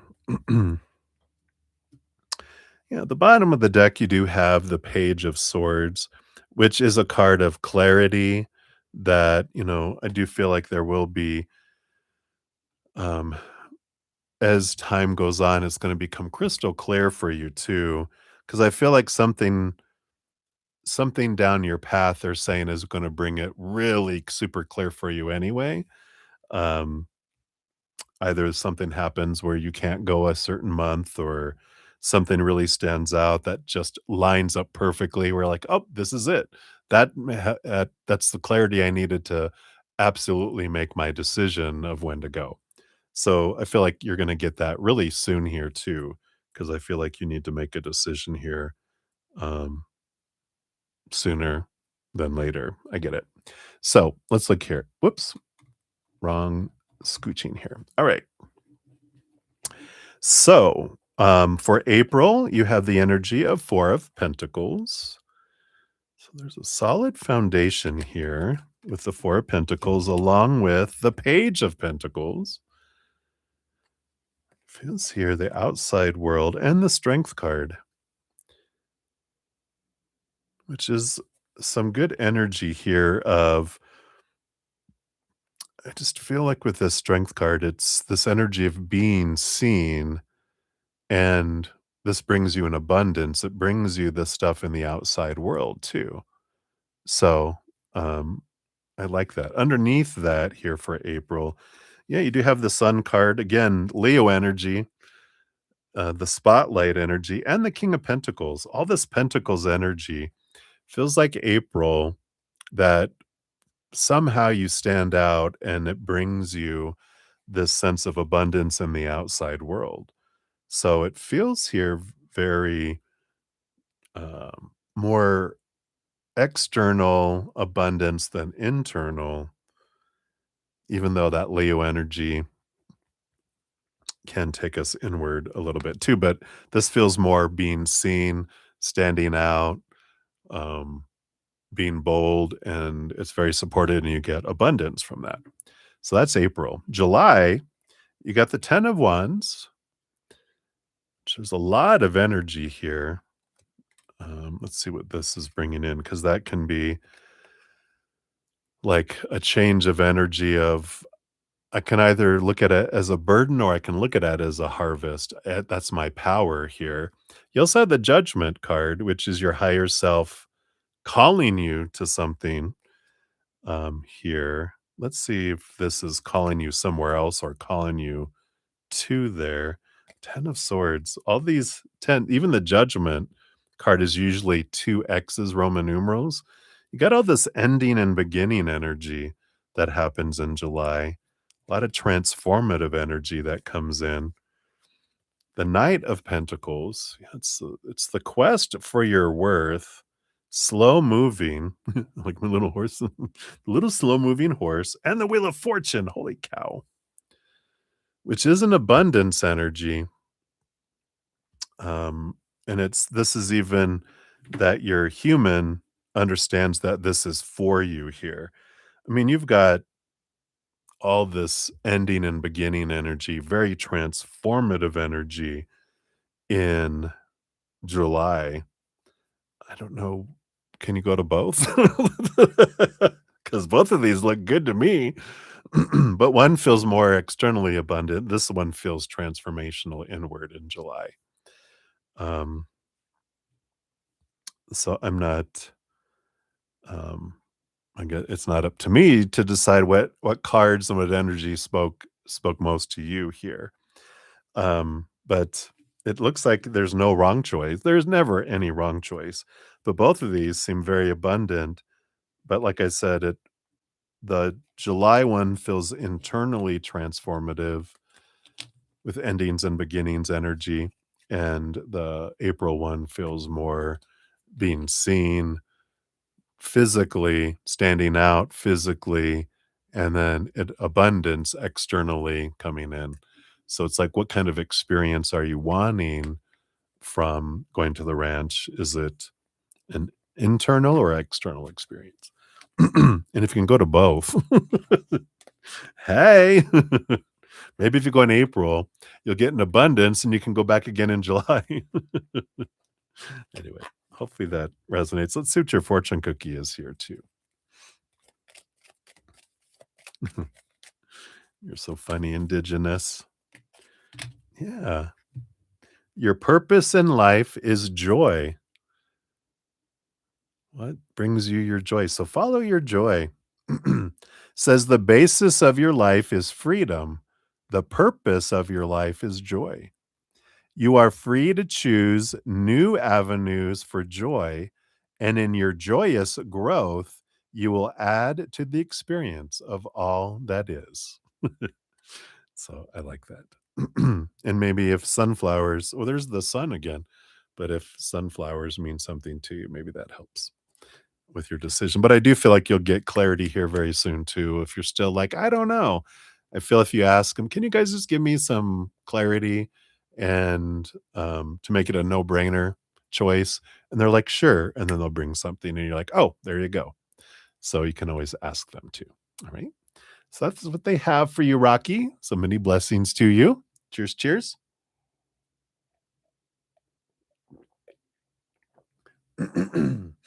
All right. So Indigenous, you're funny. I don't know what kind of ice cream I want right now. All right. So what we'll do here, we'll give you 2 general readings and see what comes through. So your first one here, you're at 159.24. So here's for your first donation. And I'm so honored you trust the guidance from spirit that comes through. All right. Let me shuffle these up. We'll see what we got.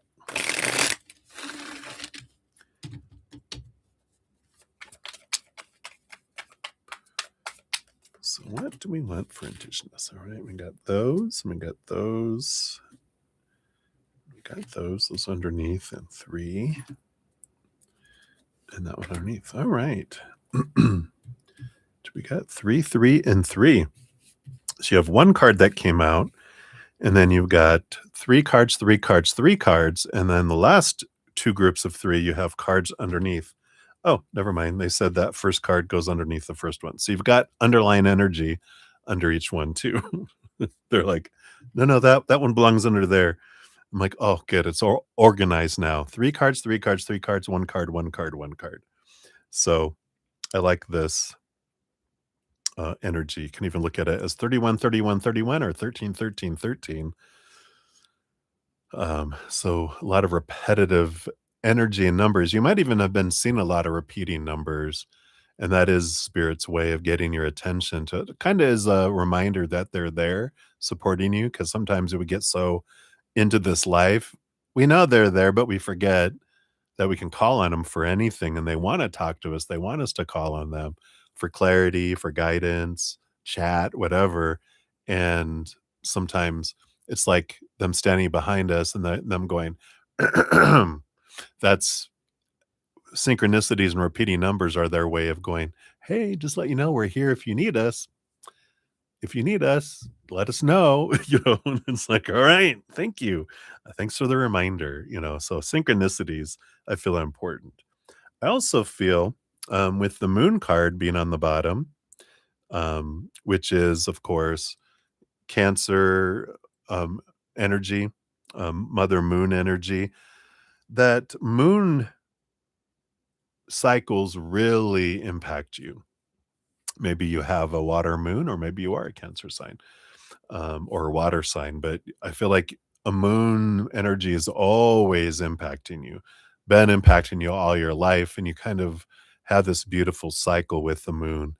And the more if you haven't studied it, or you don't pay attention to, the changes, because it's every like 2.5 to 3 days.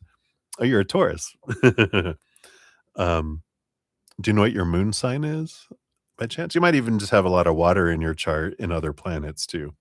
But I feel like you're very influenced with the moon, which you're ruled by Venus with Taurus, which is emotion, which is love energy, which also has a strong connection with the moon, because the moon rules over all emotion. Venus rules over love, specifically out of the emotions. Um, so that makes a little bit of sense too. But you have all this emotional energy that flows through you, and if you watch, like, because every 2 to 3 days, the moon is changing signs, and so when it's in a, you can tell the difference when it's in an earth energy, you're going to feel it differently. When it's in Taurus, you're going to feel it in a very different way. But when it's going through water and earth and air and fire, and then water and earth and air and fire, and then water and earth and air and fire, as it goes through the entire zodiac, every 29 days, it's a roller coaster of emotions, because it goes from feeling grounded to going into your mind, dropping into your heart, and then feeling fiery, and then back to grounded. Um, and you might have been feeling like, why do I feel like I'm all over the place emotionally every couple days? It's like, oh, that's why. So the more you're aware of the moon energy, with this being on the bottom of the deck, I feel like it's very important, because in your first set of three cards, the underlying energy is the Empress. Empress is Mother Nature, Mother Nurture, a lot like Mother Moon energy coming in here. But the Empress rules over all four queens, and all queens in the minor arcana roll over their suits, all the four elements, but they also behind the scenes all get cups too. So that's because one of the queens is the Queen of Cups. Five, yes, 5 parts cups, 1 part earth, 1 part air, 1 part fire. So there's a lot of emotional energy bubbling below the surface. And I feel like you just have this beautiful, huge flow of emotional energy, a huge heart, but sometimes it can feel a bit overwhelming. And I feel like that's what they want to kind of talk here today. The first thing is telling them, if you're aware of the emotional weather, then we feel less like we're becoming emotionally unstable. Because I know I have a stellium in Pisces, including my Pisces moon, even though I'm an Aquarius sun and a Capricorn rising, air and earth. Capricorn's a big thinker energy. I got all this emotional energy that balances all that out. And growing up, I did feel like everyone's emotions, feeling everything. Um, and I feel like this is important to be aware of this.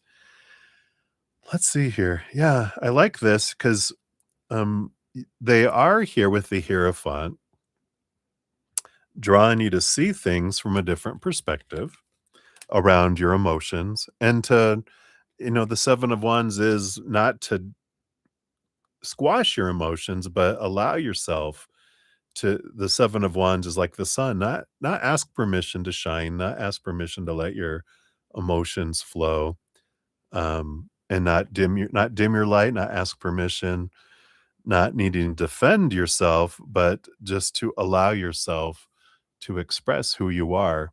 And I like that energy because you have the Six of Swords too, which is about leaving behind old ways of thinking, the old small t truths, the opinions of the outside world, these rooted in fear, seeing things from that higher perspective, from unconditional love, enjoying laughter and peace, allows you to move from choppy waters to calmer waters. I feel like a piece of this that's coming in is that you're learning that I'm the one that gets to choose my emotions. I'm not at the whim of the outside world, but we do, especially when you're feeling everyone's emotions so much, there is this energy of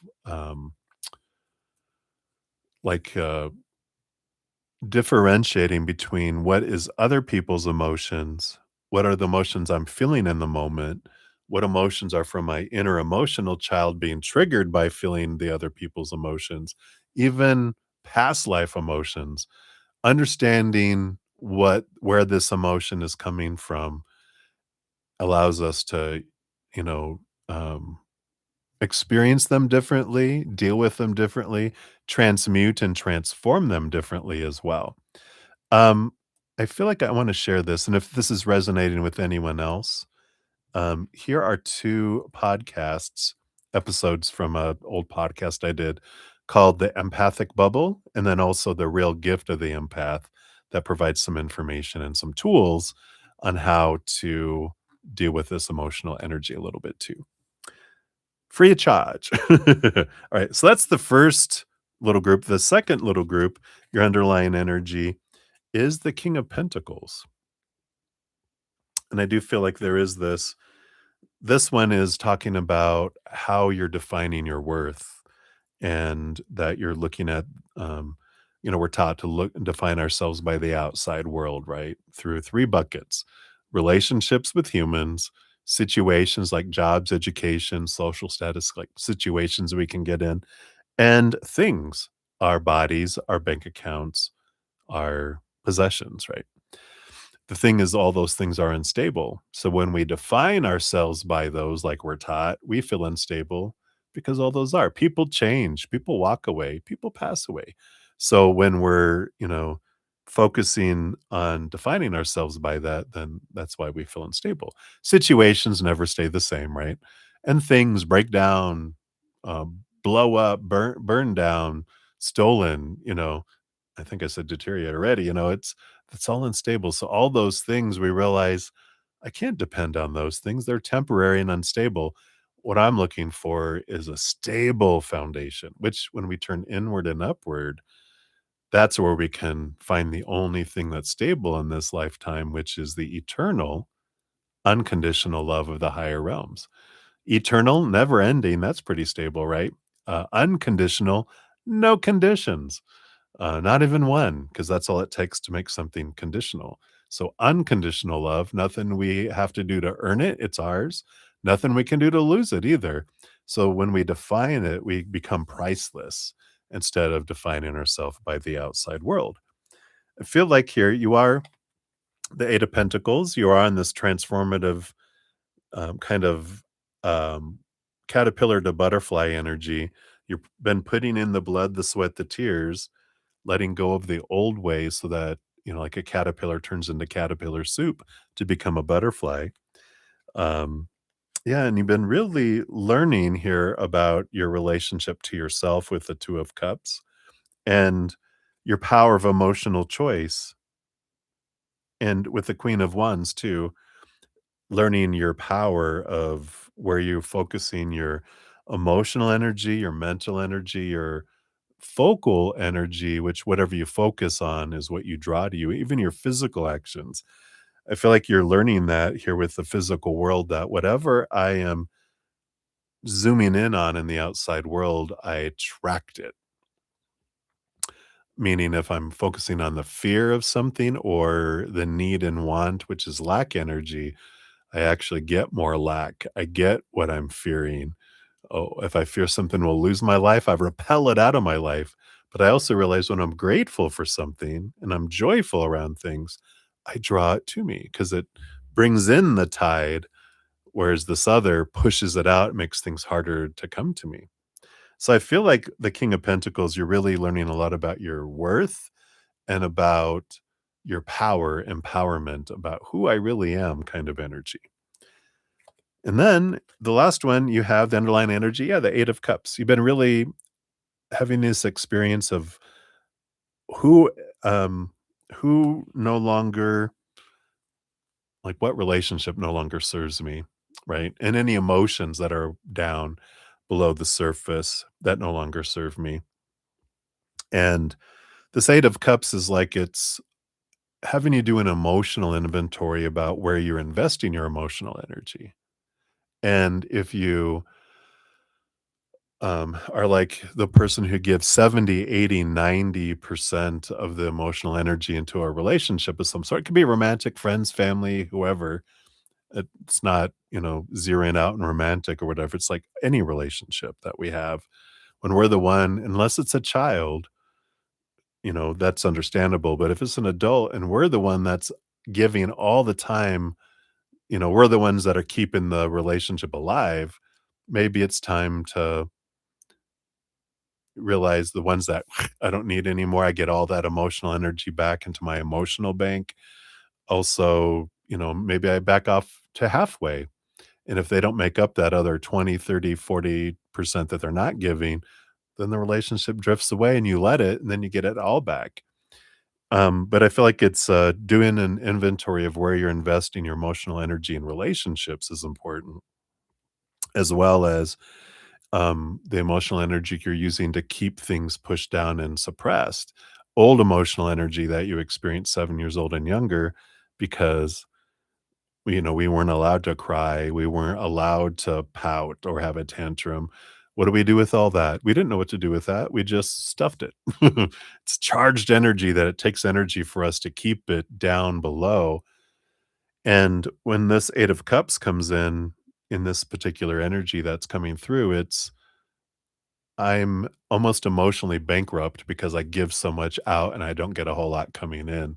And it's like, I'm going to return this energy to myself by not being the one that's over giving to everyone. And I'm going to transmute some of this old emotion with my inner child, my emotional inner child, 7 years old and younger, more specifically.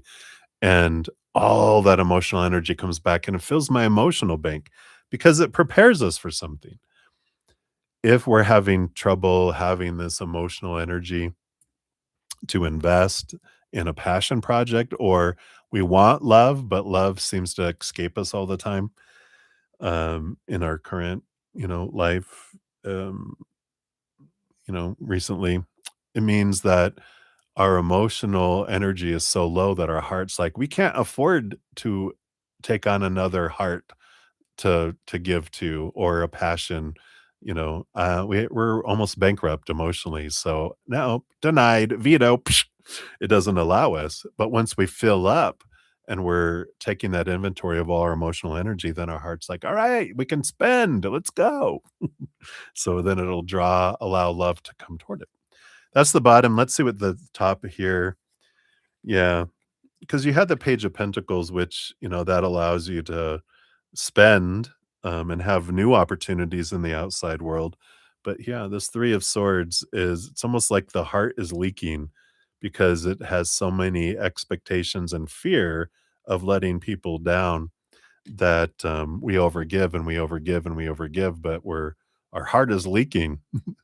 It's like, where's all the money going? If you ever hear, I think they say, like, my wallet is leaking money.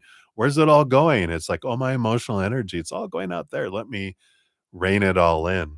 And yeah, we have the Two of Pentacles, which is balance. Bringing in a balance, bringing things, you know, um, like I said, your emotional bank into balance instead of having it on the verge of being overdrawn. So I feel like these are three big things that are going on right now for you, but it all has to do with your emotional body. It feels like what we are focusing in on because, of course, going back to the original moon energy, that is our our emotional sea that's below us. So hopefully that helps. We'll get you a fortune cookie here, and then we'll give you another one here, right? Wow.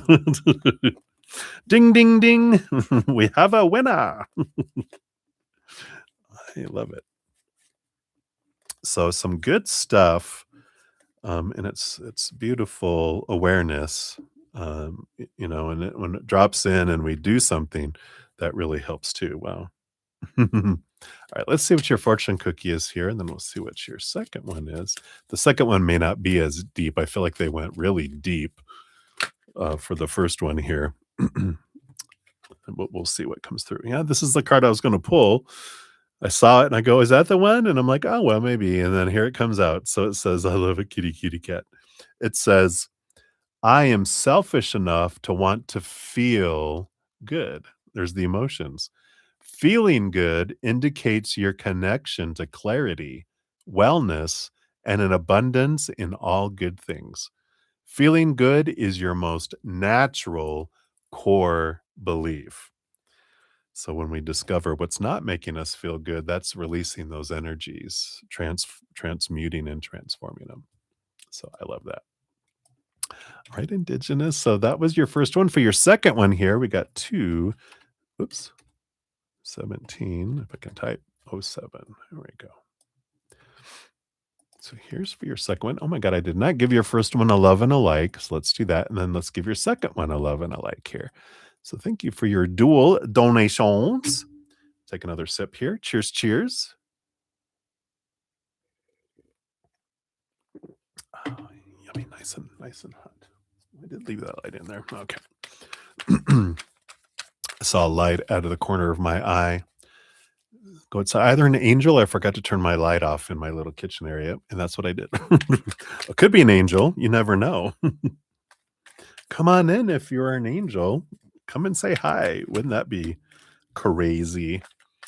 Crazy wonderful to have an angel come walking in on camera and wave. We've come to take Brother Zen back to the other side. Bye, everybody. Wait, let me finish the readings first. All right. So let's take a look here. So, bottom of the deck, you do have the 10 of Swords. 10 of Swords, you can kind of see this person is laying down with all these swords in their back. And this is a good energy because this is I am sick and tired of trying to live up to everyone else's expectations. And we do reach that point in our life where we're just tired of feeling disappointed in everything and everyone and feeling like we're a disappointment to people. And we just get to this point of I'm tired of this cage of all these thoughts and beliefs about supposed to be and should be and need to be and have to be and must be. And it's expectations are what suck the life out of things and relationships because, we have all these stories of opinion growing up about what everything is supposed to mean and who we're supposed to be and should be and need to be and have to be and must be, all those kind of words. But it's like expectations. And it feels we know we're in expectations when we feel like we're behind because we feel like we're down here and we have to invest all of this energy just to get up to zero to have all the expectations met. And and that's what sucks the life out of us and out of our relationship because we end up focusing as we look at this expectation list. Are they doing this? Yes. Are they doing this? Yes. Are they doing this? No. Oh, are they doing that? Yeah. Check, check, check. The check marks are just all right. But we focus in on what's not happening. And our energy, when we focus in on what's not happening, we're telling the universe, you know what I love? What? I love having more things not meet up to expectations, and they become larger and bigger and repetitive, and that's what sucks the life out because we're not focusing in on what we're grateful for. Because when we focus in on what we are grateful for without very little expectations, it's all about abundance. Whereas expectations is in the negative, just trying to get up to zero. And so there is this change of energy that comes in with all that. So let's see, that's the bottom of the deck. You've got the 3 of Wands, the 10 of Pentacles. Yeah. With this information, it's like, you know what? There's a different way with the 3 of Wands to go. It's a altering course. The 10 of Pentacles, gratitude. It's abundance. I'm not going to focus on what's missing, what I feel like I want, what I need, blah, blah, blah, expectations. I'm going to focus in on what I have and what I have had. And when I do that, again, I open up the conduit to receive more of that instead of focusing on lack and opening the conduit of lack. More lack, right? We're like, whoa. It changes our energy. The 8 of Wands, higher vibration, 8 of Wands is a lot of energy flowing in. Lower vibration is slow. It slows. It's like all these anchors slowing things down. Whereas higher vibration vibrates faster, higher, which makes sense that it speeds things up, draws things to us faster in a positive way instead of slowing how fast things come to us, right? With lower vibration. Then you have 3 cards in the middle. Yep, you got the High Priestess, which the High Priestess goes inward and upward, connects with the spirit world. Whoops, as I hit my microphone. You have the 3 of Cups, which is joy energy, celebration energy, also your spiritual posse energy, and the 10 of Wands. 10 of Wands, we can look at this as, oh, wow, what a burden they have to carry all these wands. Or we can look at it as harvest and look at how much that we have. Again, this focus on joy and gratitude. But there's an extra little spin with all this, with these cards coming in with that High Priestess and the 3 of Cups being our higher spiritual posse, our tribe on the other side. And I'm going to use that in the future. Tribe from the other side. And the 10 of Wands is the amount of energy. Spirit speaks to us at a high vibration. When we're in lower vibration, it's noisy. It's hard to hear the whispers of spirit when there's loudness. It's like being in like a bar that has the music at the highest volume. We can see people's lips moving, but we're like, I can't hear you. But when we're in that space of quietness and higher vibration, at the vibration of unconditional love and laughter and joy and gratitude, that's what spirit speaks at. We hear things more clearly. When we're in fear and loudness, we don't hear clearly. So this is the side benefit of gratitude and bringing our energy up to that too. I like it. And then you have the Knight of Cups, along with, let me just put these together, and the King of Wands. Yeah, the power of over our own energy and the movement of emotional energy. And it's about, we're able to step into our power of I get to choose where I invest my energy. No one else. No one else can tell me what to do with my mental energy, my emotional energy, my energetic energy, my spiritual energy, or my physical energy. And we can try to tell other people, um, we can do that. It's so loud right now. um, but I love that awareness that I'm the only one in control of my adventure, no one else. My choices are what draw things in, as well. So I love that. So hopefully that helps. Let's give you another fortune cookie here.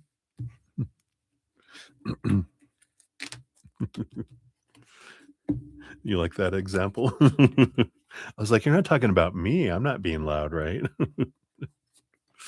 I might be. Let's let's see here. Let me put these cards back into the deck here in different spots. And let's grab your fortune cookie here. Let's see what else we got here.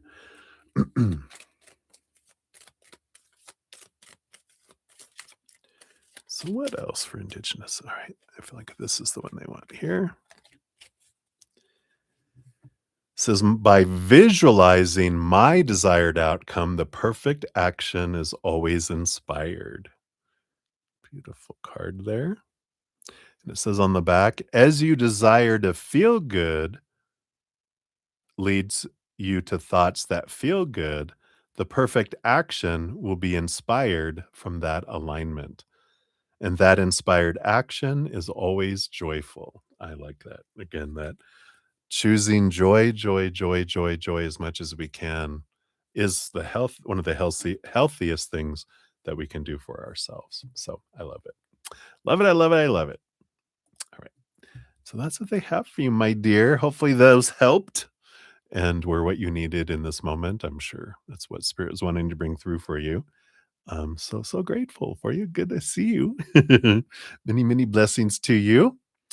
And thank you guys also for all the thumbs up. I really appreciate you guys showing some love to the channel and to me, and that helps spread the Zen love. So thank you for those of you that have done that to help be part of the love tsunami.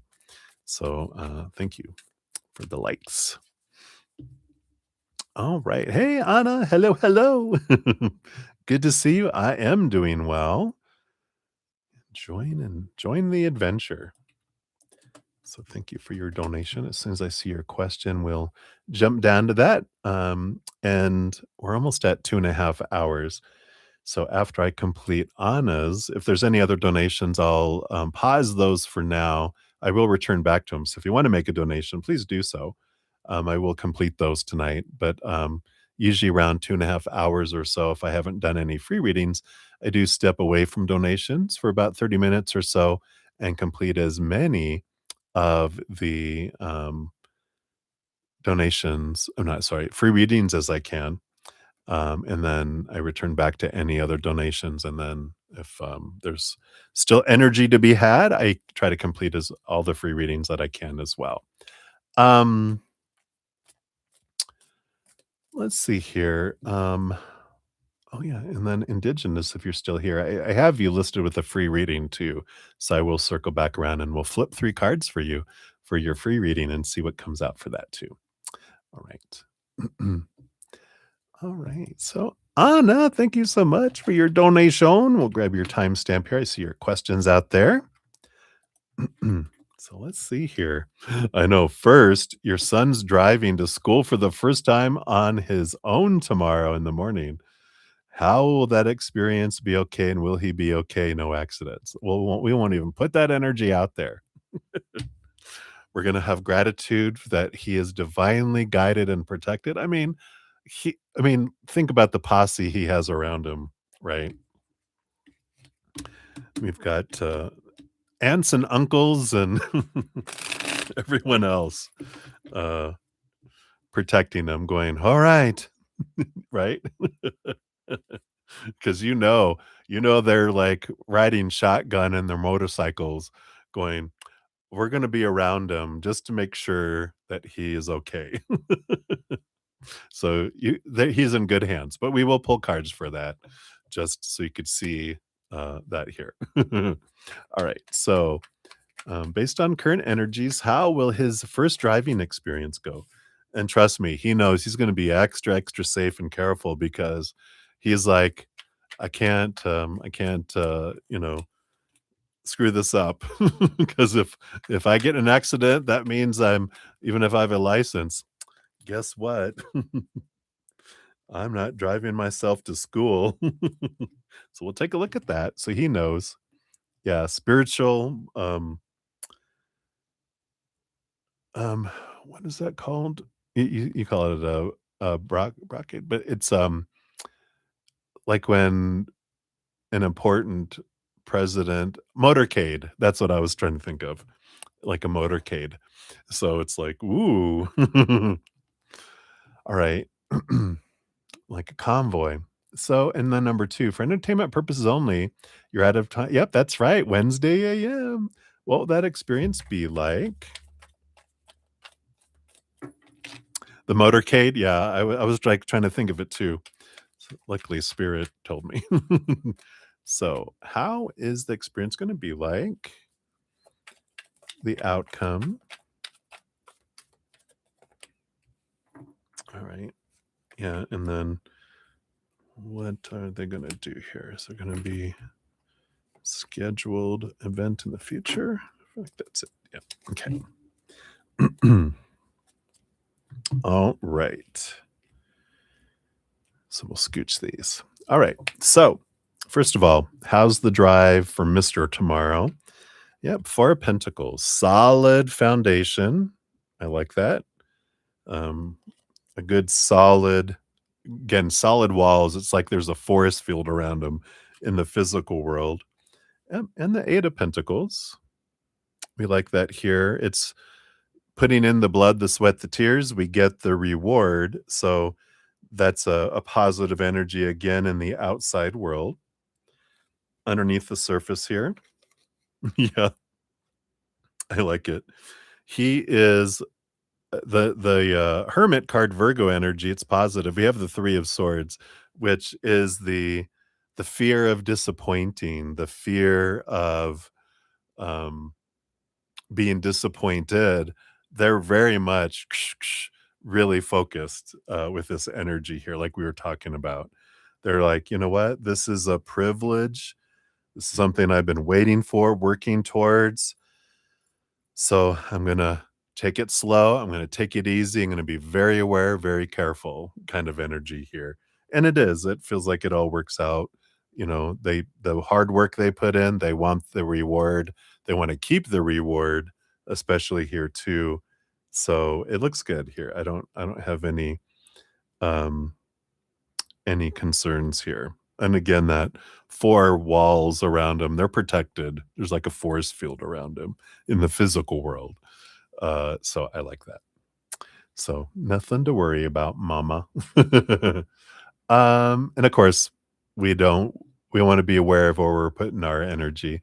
So we have gratitude. Thank you, Creator, for divinely protecting my son. I'm so grateful. It's like that energy helps um strengthen the shield around him versus if my energy is like, oh, please don't let him get in an accident. Please not this. Any fear energy kind of weakens the shield instead of strengthens it. So we want to be, aware of that, right? All right. And then let's talk about you. Again, entertainment purposes only, disclaimer. Psh. Thank you for that. So what's the experience going to be like with this surgeon here? We have the 5 of Pentacles. We've got this transformation energy, which is great here because the 5 of Pentacles starts off with this fear of lack, fear of not being enough, not having enough, that it's not enough. But the 5 of Pentacles is a change of mindset in a way, or a change of belief that it's humans that bring me what I need. And it's that not a correction, but a transformation and a change to go, oh, that's not true. What's true is that it's the creator, the mother and father of all things that brings me what I need, not humans. They might deliver it through humans, but you're the one that's in charge, not them.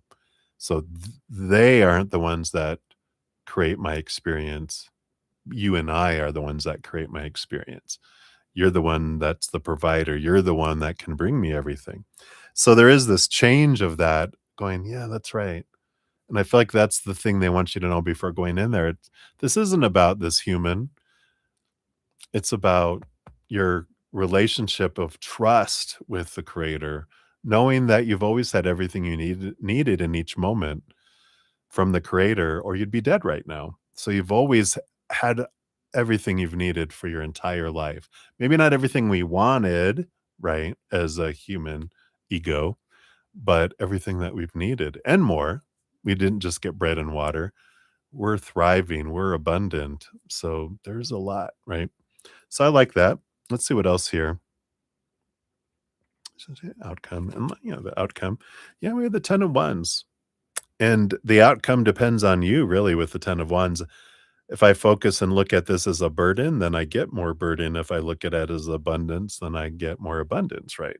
So I like this energy going in before we really get into the little with these other 6 cards, the nitty-gritty a little bit, because it's like we're not out of control. We're not on an out of control drama train. My energy is what is determining my adventure and no one else's.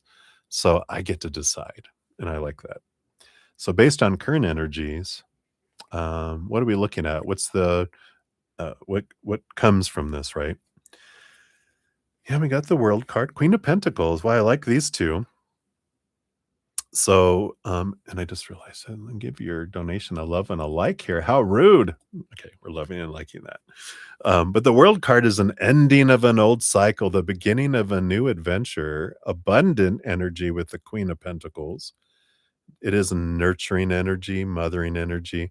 But the combination of this, it does feel like this is the beginning of something that feels abundant that comes in here. Um, and we'll see what these 4 cards are here, but I do feel like this is the beginning of the end of the lack of feeling like there's something lacking in your physical body and this change that comes in. And let's see what that represents here with these 4 cards. 2 of Cups. I feel like they're going to give you options and you get to choose. With this 2 of Cups, I feel like they approach it as a partnership. And because they reminded me of some of these doctors that we've experienced with my host and even my own, where they approach and go, all right, well, so we could do this or we could do that. What do you feel you'd be comfortable with? And I'm like, well, let's do that. Let's do the thing that gets things taken care of. Let's not piddle paddle around. Let's just go for the jugular of this thing, right? It's like, yep, that sounds good. You have the Judgment. Again, they're giving you a lot of information, seeing things from a higher perspective. Um, and I feel like in a way, they're giving you information and because they're reminding me of my host too. They were like, well, we can do surgery if that's who we'd like to do. If you need time to think about it, and my host when she was for her spine surgery, she was like, nope, let's do it. I'm ready to put another 50,000 miles on this car. Let's get this thing squared away. And I feel like this is that kind of thing. It's like you can take time to think about it. And this is our recommendation. So if you want, you can let us know. And you're like, hell no, let's go. Right. Yeah. 9 of Cups. It is dream come true energy. So I do feel like they are going to give you this, you know, well, this is, what we recommend, and it's exactly what you feel it is you want to do. Yeah, and the 6 of Pentacles, we have this victory energy, this balanced energy, this weighing out of things. And I do feel like that's kind of what happens is they're like, well, we can do this, or we can try some other things, see if they work first, or we can just go for this.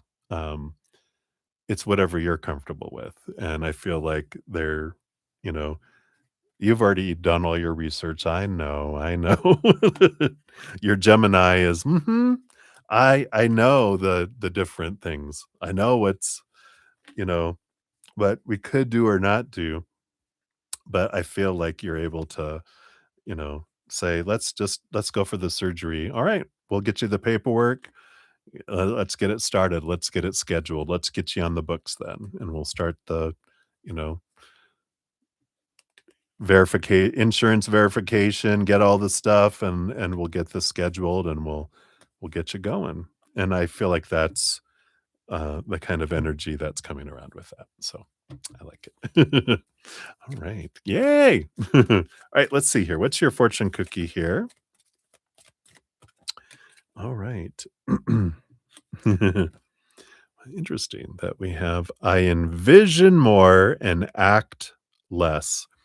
With this says, as you take the time to find images in your mind that are pleasing, you will more often achieve vibrational alignment with all things that you desire.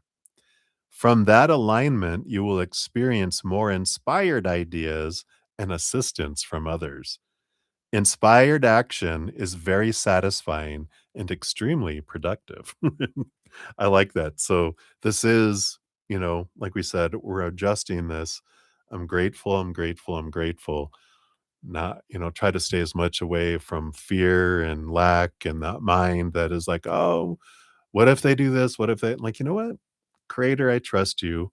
Again, that trusting relationship, right? That I can trust that what unfolds is always perfect for me, and I know the what, the and the why, but the how and the when is up to you.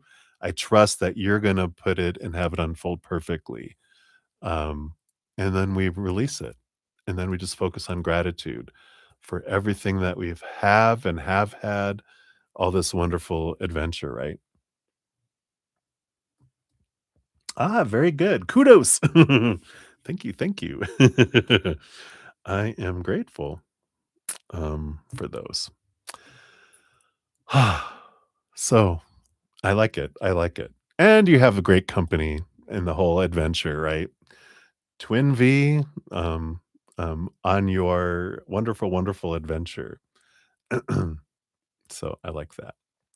So, many blessings to you, my dear. Enjoy your adventure. We'll be sending you some wonderful energy on Wednesday, uh, for your, like I said, your adventure as well.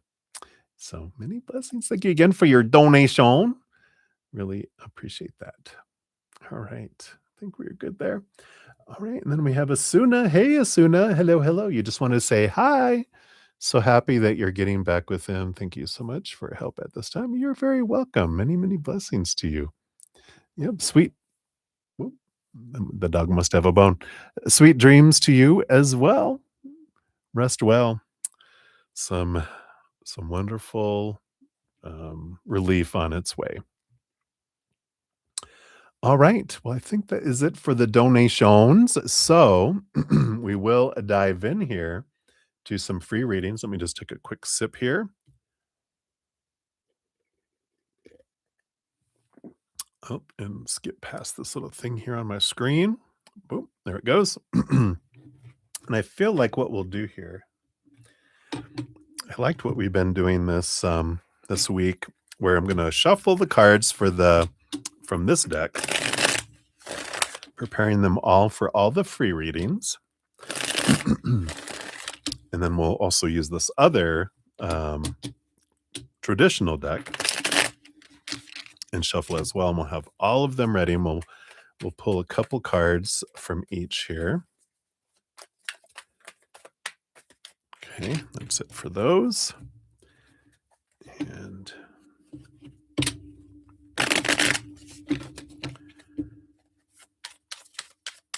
we'll get this one all ready as well. All right. And I had a feeling the card was going to come flying out. All right, there we go. So we'll put those next to each other. And then I have a third one. I think Indigenous, you wanted 3 cards.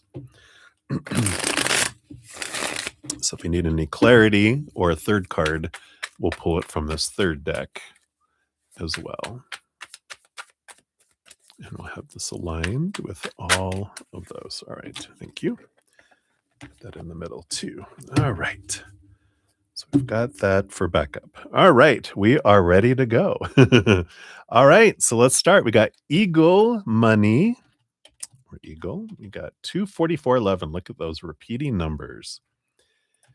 So you wanted a general for the next 5 days. Let's see what we got going on here. Wow. So, the Knight of Pentacles is like the slowest moving knight. So something that's been taking a while to happen, something to grow, waiting for this ending and beginning kind of energy with a full card here, because the full card is the first card in the major arcana, which is an ending of an old cycle, the beginning of a new adventure that comes in. And this does feel here like there's something that you've been waiting for quite a while, and I feel like there's been this kind of surrender energy from you where you're like, "All right, it's gonna happen when it happens. I'm just gonna let it go." And you just kind of been allowing things to unfold and, because there wasn't anything you could do about it anyway. You've done what you could. Now you've just been waiting. Well, here it comes in the next 5 days. There's a significant ending of a cycle and moving into this new change. So, whatever this is that you've been hoping for, it feels like it's ready for the movement now. It's ready for the stop, victory, move into this next thing. So, that's what I feel like you'll the big thing they want you to know that's coming here in the 5 days is the thing that's been taking forever, here it comes. So, I like that for you. All right. So many blessings, Eagle. All right. And then Ashol, we have you, look, 245:45. Got all these repeating numbers. So, hello, sir. I want you to know whether what the doctor told you about the health issues, will that be okay? Guide you, spirit guidance, right? Very good. And then, of course, disclaimer in the description box of the video whenever it comes to health that I'm not a licensed medical professional. Tarot's for fun, tarot's for entertainment purposes. And of course, and you're already going to a doctor, but for any important decisions in our life, always seek professional assistance, right? All right. So all that said, disclaimer made, check, check. It's in the description box of the video too. Um, what the doctor told you about the health issues, will it be okay? All right, let's take a look here. Yeah, you've got the 8 of swords and the 9 of swords here. 9 of swords is our fears, our, nightmare and insomnia. But we have the 8 of swords, which is this transformation, the letting go of thoughts and beliefs and mindsets that do make you feel blinded and bound and trapped and restricted. And I I like this that, whatever happens in the outside world, we do have all these stories. That's what all these 8 and 9 of swords are, these stories, these thoughts and beliefs, this information that we're taught. When they say this, this means this. And it's like, no, it doesn't. We get to decide the story. It's like when doctors make a diagnosis, we get to make the prognosis. The prognosis is what are we going to do about it? What does it mean? We are the ones that get to decide that. Doctors, anyone in the outside world will bring us information and go, here's information. And they're like, all right, that information just is, but the story we put to it determines what impact it has on us. Like, they bring up um all the time it talks about if someone says you have cancer and we're like, oh god, we immediately have this story that it's death, it's going to kill us, we're going to die. Well, we're all going to die someday anyway, but it's like, but that doesn't mean that, I get to decide what I'm going to do with everything. I have the power of story, the power of the emotion, the power of my energy, the power of my actions, and it's just information. So I get to be the one that makes that decision. And so I like that. I feel like they're saying, don't worry, you know, change the story of that life happens to me. And I like this new thing I heard. I used to say, life doesn't happen to me, it happens for me. So whatever unfolds, I get to decide what it means and I get to look for the gift in any situation and what is it trying to tell me. But I heard I just actually read it in a little post-it note I had written because I had heard it somewhere and I wrote it down and now I want to say it a lot because life doesn't happen to me, I happen to life. Feel that power. Life doesn't happen to me, I happen to life. So there's power. We take our power back when we realize life doesn't happen to me. Life happens for me, but I happen to life. So there's a change there. So hopefully that helps there. I don't feel like they want to give you like any kind of um, you know, it's all gonna be fine. I feel like they want you to understand the power that you're learning, in this situation right now. So that's what they have there for you. Right? So hang in there, Anshul. Many blessings to you. I send you a lot of love energy right now. Beautiful. All right. So many blessings, my dear. All right. Ateshi, you are up. Let's grab your timestamp here. All right. You want to know is Hugh? Oh, yeah, that's right. Is Hugh Lee crushing back on you? Or are you just being delusional? Well, we're all delusional as humans because it's all illusion and we think it's reality, but it's not. We're just seeing the world through our own eyes. We don't see the world as it is. We see the world as we are. So we have to take the whole world with a grain of salt until we see things from a higher perspective instead of this human delusional, illusional perception anyway. But let's take a look here. Based on their energies, are they crushing back like you're crushing on them? Yeah, I don't feel like they crush the same way that you do because they're a very mental being. You're an emotional being. They more think about you than feel about you. The Knight of Swords, the Ace of Swords, this quest of clarity, seeing things from a different perspective, getting to know who you are. So they have this desire to try to see you more clearly and to understand you more clearly, but there's this again, very mental from a they it would be more appropriate for you to ask, "What do you think of me?" than, "How do you feel about me?" Because it's like asking a Vulcan from Star Trek, "How do you feel?" And they're like, "What? I don't speak feeling. I speak thinking." I can tell how I think, but they don't crush, so I don't feel like they're this, energy. I feel like they're more logic, like, if that makes sense. So that's what they have for you, Ateshi. I know. If you want an emotional being, they're not the one, I feel. All right. So many blessings to you. And then we have Mangala. You are up. So Mangala. There we go. Here's your timestamp. What can you expect in the coming weeks between you and your husband, Shiva? Does he truly make an effort to build our bond? Let's take a look here. So, I don't know, it feels here a bit different than that because we got the 8 of Cups and the 9 of Swords.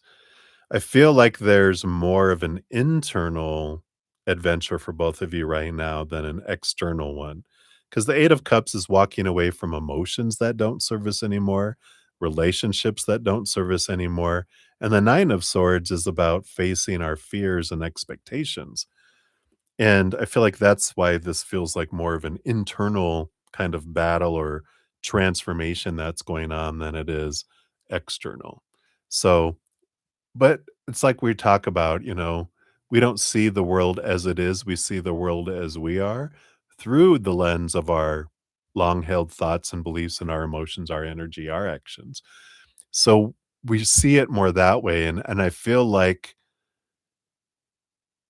there's like this mirroring going on because like we're wondering, are they going to truly make an effort to build our bond? But the reflection that you see on how they're treating you is actually a reflection of how you're treating yourself. And what I mean by that is we can ask the question, are you truly making an effort to build your bond with you and your higher self, with your self love? Not outwardly defining yourself by that, but how am I defining myself with my self-worth? Am I truly committed to raising my self-worth, my self-love? Because every relationship in the outside world is a reflection of that self-love. I can't love other people more than I love myself. I can't receive love from others more than to the extent I love myself. So if I love myself this much, no matter how much love I want to pour out, it's just going to drip, drip. No matter how much love someone wants to give me, drip, drip in, right? But the more I expand my self love and I commit and build my self love, the bigger the ability for me to receive and give love to the humans in the outside world too. So I feel like this is a mirror right now for you with all this about you letting go of the emotions and energy that don't serve you anymore, the relationships that don't serve you anymore, and releasing a lot of expectations and thoughts and beliefs and mindsets about should and need to and have to and must that you have on yourself, that you have on others, to give yourself this freedom so that you can have this beautiful relationships with people because you have this beautiful relationship with yourself. So I feel like that's where we're at right now with that. So I feel like that's what spirit is wanting you to know about what's happening. So hopefully that helps, my dear. Many blessings to you. All right. And then we have Ashish Bakaran. You are up. Look at this 255.33. All right. And then Will Lavisha, and do you reconnect or is it over? Last time you spoke her was September of 2024. All right. Let's see here. Based on current energies, yeah, it's time to move forward. You have the Four of Cups, which is stagnant energy, and you have Ace of Cups, which is it's time for new love. It's time to realize that energy is stagnant. It's that emotion is dead, and it's time to revive with new love, right? Because you even have here, let me see if I can have this focus in here. Because you've got here the Four of Cups. On the Four of Cups, there's these three cups here. And then you have this universal hand pointing to this Ace of Cups, which is right here. So, this is spirit going, yeah, that's empty. That wasn't going to give you what you needed. That's why there's disconnection from there. It's for you to let that one go, because those are empty cups, and to find one, your self love, but there's a new love that's coming. And the more you focus in on the old, the more you delay being able to move into this emotional relationship that's more fulfilling and more filling for you than that one ever could be. So it's time. It's time. Chop chop. All right. That's what they have there for you. And you're in love with who they were, or I feel like the potential of who they could be, and they were never going to be that. So it's good that they're gone because there is someone that can be more aligned with the energy of who you are. So I like that for you. All right. So many blessings to you. All right. So, Maria P, you are up for your free reading. I do see you made another donation, which we will circle back around here. I'm in the middle of doing like 30 minutes ish of free readings since I hadn't got to any yet. So that's where we're at right now. But we will circle back around. So a general for you and Wally right now, you've got the Four of Pentacles and the Five of Cups. Yeah. So we had that before when we asked earlier about, what's on their minds, the Four Pentacles. They're all thinking about that solid foundation of the outside world. And the Five of Cups, I feel like the message here for you regarding the relationship with that Five of Cups, because that's the emotional choice. It's transforming the emotional energy from lower vibration to higher vibration. And I feel like in a very loving and supportive way, your spirit guides are going, be grateful that they're focusing on that. They're not just leaping, going, hey, I'm just going to leave it all behind and you're going to support me and I'm not going to have anything and I'm going to struggle financially. And I hope you can support us both. It's like, No. no, there's this gratitude of, I'm so grateful that they're a provider, that they want a solid foundation, that they're just not someone that makes a decision that quick, that they try to build a strong foundation. They're not someone that builds something that falls apart quick, that they are someone who thinks, someone who plans, someone who wants to be a provider and wants a solid foundation, not, you know, that person who's just willy-nilly and unpredictable and unstable, right? So it's like, change your emotions. Focus on the gratitude for, wow. Instead of looking at it as what's taking so long, go, thank you for taking so long and building something instead of just rushing. Even though I know we can become impatient, but it's like I feel like that's the energy is change the emotional energy from lack and why is it taking so long to again, thank you for taking so long. Thank you for building something slowly and strong. And tell them that too. So, boom, that's what they have for you. All right. So we'll circle back. Like I said, we'll get to your second donation here in a few. All right. Amber, you are up. Here's your timestamp, Amber. Boom, boom, boom. And a general read. Let's see. What does Spirit want you to know right now? Knight of Pentacles, King of Swords. Yeah. So whenever we get like a Knight of Pentacles or a slow moving card, kind of a patience card or a slow mo card, because the Knight of Pentacles is the slowest moving knight. It's the outside world, the knight of the physical world. Seasons, 3 months winter, 3 months spring, 3 months summer, 3 months fall, autumn, right? The mind, the emotions, and our energy can change fast, fast, fast, right? Those are the faster moving. But the Knight of Pentacles is the outside world slows down for you to give you this opportunity with the Knight. I'm not the Knight, the King of Swords, who's the master of stories, the master of emotion, not emotion, of the mental world. And because the King of Swords rules over the sword suit with the queen, but all kings get a second portion of mind, mental energy, air energy, which makes them the master of it, not just the king of it. And what that means here is you're giving like life is slowing down so that you're not continuing to do what you've always did and get what you've always gotten and keep drawing in the same experiences, the same people, the same situations, blah, blah, blah, right? It slows down to keep everything from coming quickly to us and gives us the time to question our stories, our thoughts and beliefs and mindsets that don't serve us anymore, those rooted in fear, fear of rejection, fear of not being good enough, blah, blah, blah, all that opinion we had growing up.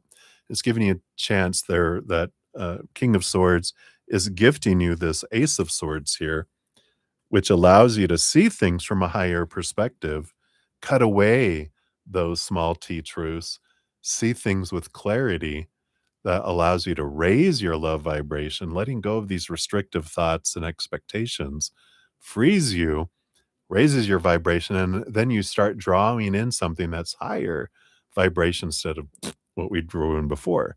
So it's happening for you, the slowness, this feeling of why can I find love or why can I find work or why can I find this thing? Why is it taking so long?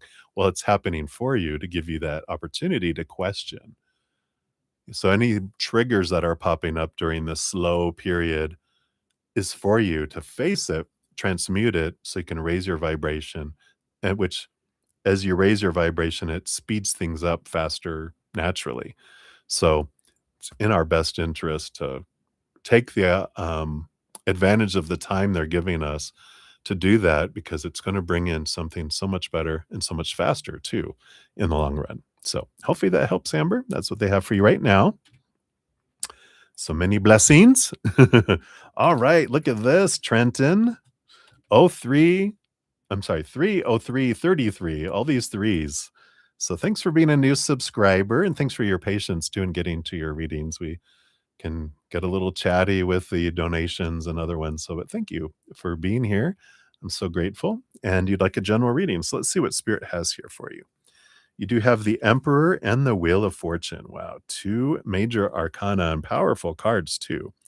Because the Emperor is Aries energy. It is an energy of um, like think of a like an emperor on a throne full with a throne room full of advisors, right? Telling them all their opinions about what the empire should be and supposed to be and blah blah blah. All these people with all these different opinions and and that kind of represents all of that opinion we've had growing up telling us all the expectations of how things are supposed to be and should be and need to be and have to be and must be and ought to be and It's exhausting because everyone has a different opinion and you can't please everyone else. And so this emperor says, "Thank you, everybody, for all of your opinions and information. I need to be alone. Clear the throne room, leave all your opinions and all that information in these boxes on your way outside on your way out the door." And then the emperor gets still. They get out of their head of all that opinion and they drop into their heart. And they are, what does my heart want? Where's my heart leading me? Where's my passion leading me? And then the emperor decides, I'm the emperor of the empire. I'm the one that gets to decide for my life. Everyone can have their opinion. I'll have my opinion of everyone else's, but they're going to decide what they want for their life, just like I'm going to decide what I want for my life, my empire. And I'm going to put a plan together and then I'm going to take action to it. And the Wheel of Fortune is the Wheel of Fate. It is the tune of for you, realizing whatever has unfolded in our life and what will unfold in our life and what is unfolding in my life is for me, right? The four tune, right? Let me see if I can, we'll cover it up. It's the tune of for me, right? Whoops. So it's for me, the tune of for me, my four tune.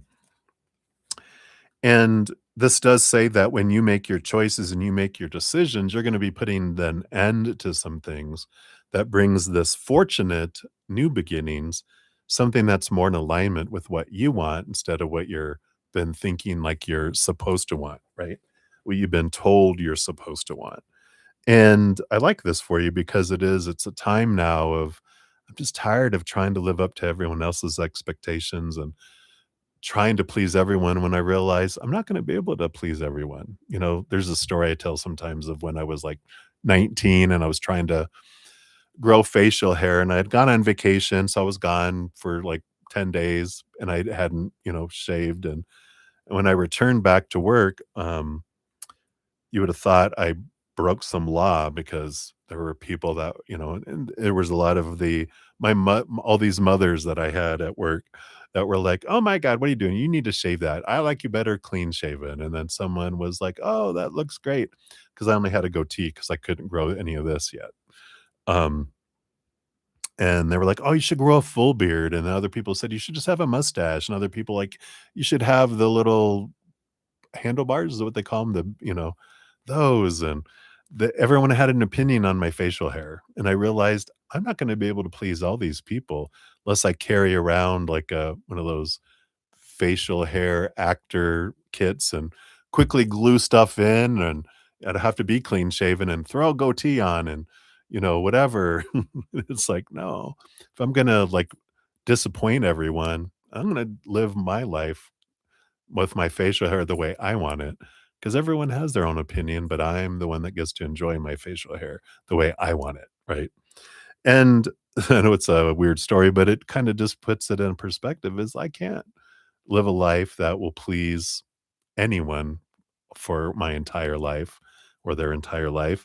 I can't please the entire world in 1 single second either, because everyone has contradictory opinions on what my life should be. So this is really this energy of stepping forward into your power and you get to decide what you want to do with your life. There's no wrong and no right. There's just different choices, different experiences, different outcomes, and you're the one that gets to choose.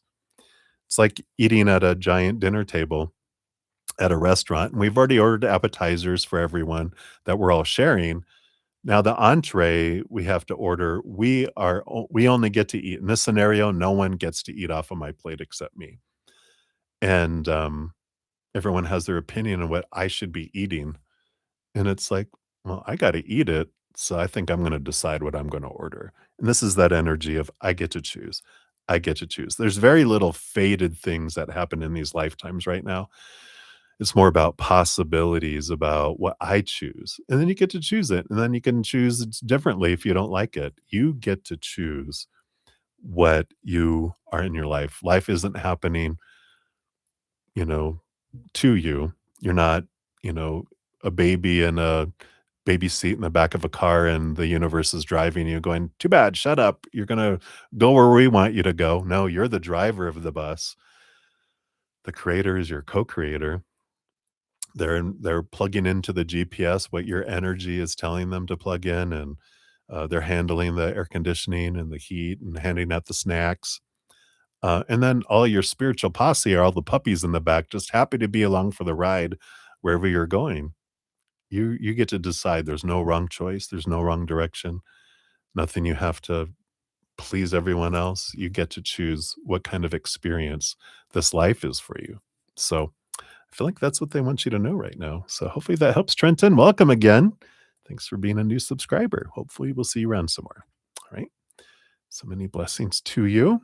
Let's see how we doing on time. Yep, we're still within about 30 minutes. So Jojo, you are up next. Let's grab your timestamp here.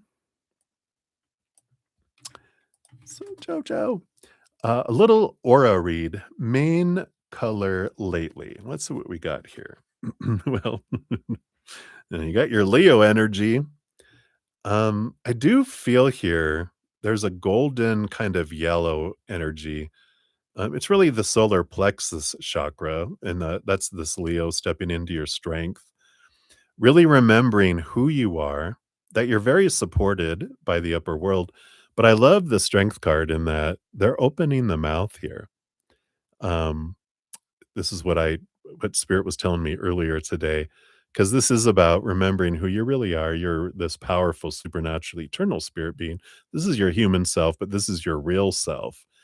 And the with them trying to open up the mouth of the lion, this is an energy, and it makes sense with it being solar plexus because that's stepping into your power, but it's expressing your truth, trying to open your mouth to speak your truth and not try to be what other people are. Even the Six of Wands has you elevated and all your spiritual posse supporting you, cheering you, wanting you to step up, wanting you to be seen, wanting you to speak and even sing your truth, right? But it is about open your mouth, let's go. So I feel like that's a big piece of the energy. It's the solar plexus, because that is the energy of the relationship to yourself, not to the one or to the world or to groups, but your relationship to yourself, your higher self, your own self. And I like that for you. So hopefully that resonates and what you've been feeling, because I feel like that's the energy that you've been bouncing around in for a little bit. All right, many blessings, my dear. Good to see you. Right, Blenda Globy, you are up. Let's grab your timestamp here. And does AS already know her future spouse, right? Based on current energy here. Oh, wow. Well, we got the Lover's card here. So there is a future spouse. The Justice card, that's funny. Like, the Justice of the Peace, the one we will marry. I don't feel like they are with the Justice card, because the Justice card is about seeing things from a higher perspective, clearing away expectations, clearing away old ways of thinking. And with the combination of these, it feels more like they would be someone unexpected, someone you wouldn't think that they would end up with, because, with expectations and supposed to be's, we kind of get a narrow vision, and they're showing me like they're over here. And as I open up drop my expectations, drop the list of supposed to be and should be, I'm like, oh, then we see them and we meet them. That's why I feel like they're off list. They're, not these expectations. Excuse me. Not drinking enough. I'm getting dry. So that's why I feel like they haven't met him yet, because they're gonna be unexpected. Dun dun dun. All right. That's what they have for you, Brenda. So many blessings to you. All right. Let's see how many more free readings I do have. Handful of more free readings here. Let's see. How are you doing? I started at 2:44. So that would be, yeah, we're right about at 30 minutes. So I have Carmel Damon, Faith and Love, Kat Mia, Jean XO, Olivier Bagata, and then Indigenous. I don't think I had anyone else, because the sooner you were just saying hi, you didn't ask for a reading. I think that was the last ones here. So I do have a donation that I'm going to break away from the free readings, complete that, And then I will come back and I'll finish out the free readings too. So hang in there, everybody. Appreciate your patience. You're like, oh, so close yet so far. So let me move these cards over here. In fact, I think I'm going to keep these cards for the free readings, and then I'm going to I've got this other tarot deck, this graffiti deck that I was using last week, and I still didn't put it away. It's over here. I'm going to use this for next. I know, Faith and Love, you're like, oh, so close. We're 2 away. Did you ever watch Get Smart? Missed it by that much. The old Get Smart. All right. So it'll just be a moment here. I just have one. All right. So Maria P, thank you for your additional donation. So here is your timestamp from earlier and this one, and then of course your free one. I'll just throw it out here just in case. This was your free one. All right. So, and let's get into your PayPal over here. There we are. All right. I'm just going to take another sip here. Oh.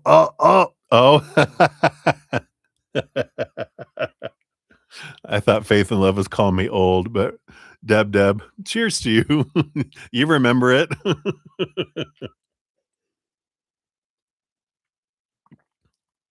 Yeah, these young whippersnappers, they probably, if they saw it, probably saw the reruns after school. We saw the originals.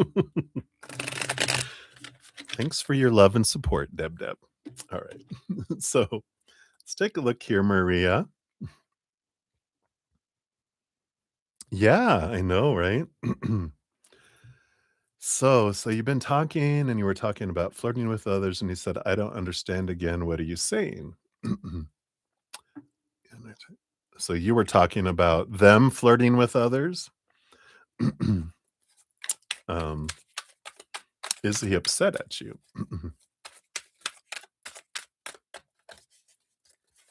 All right. Okay. Is he upset? Does he want to continue with you?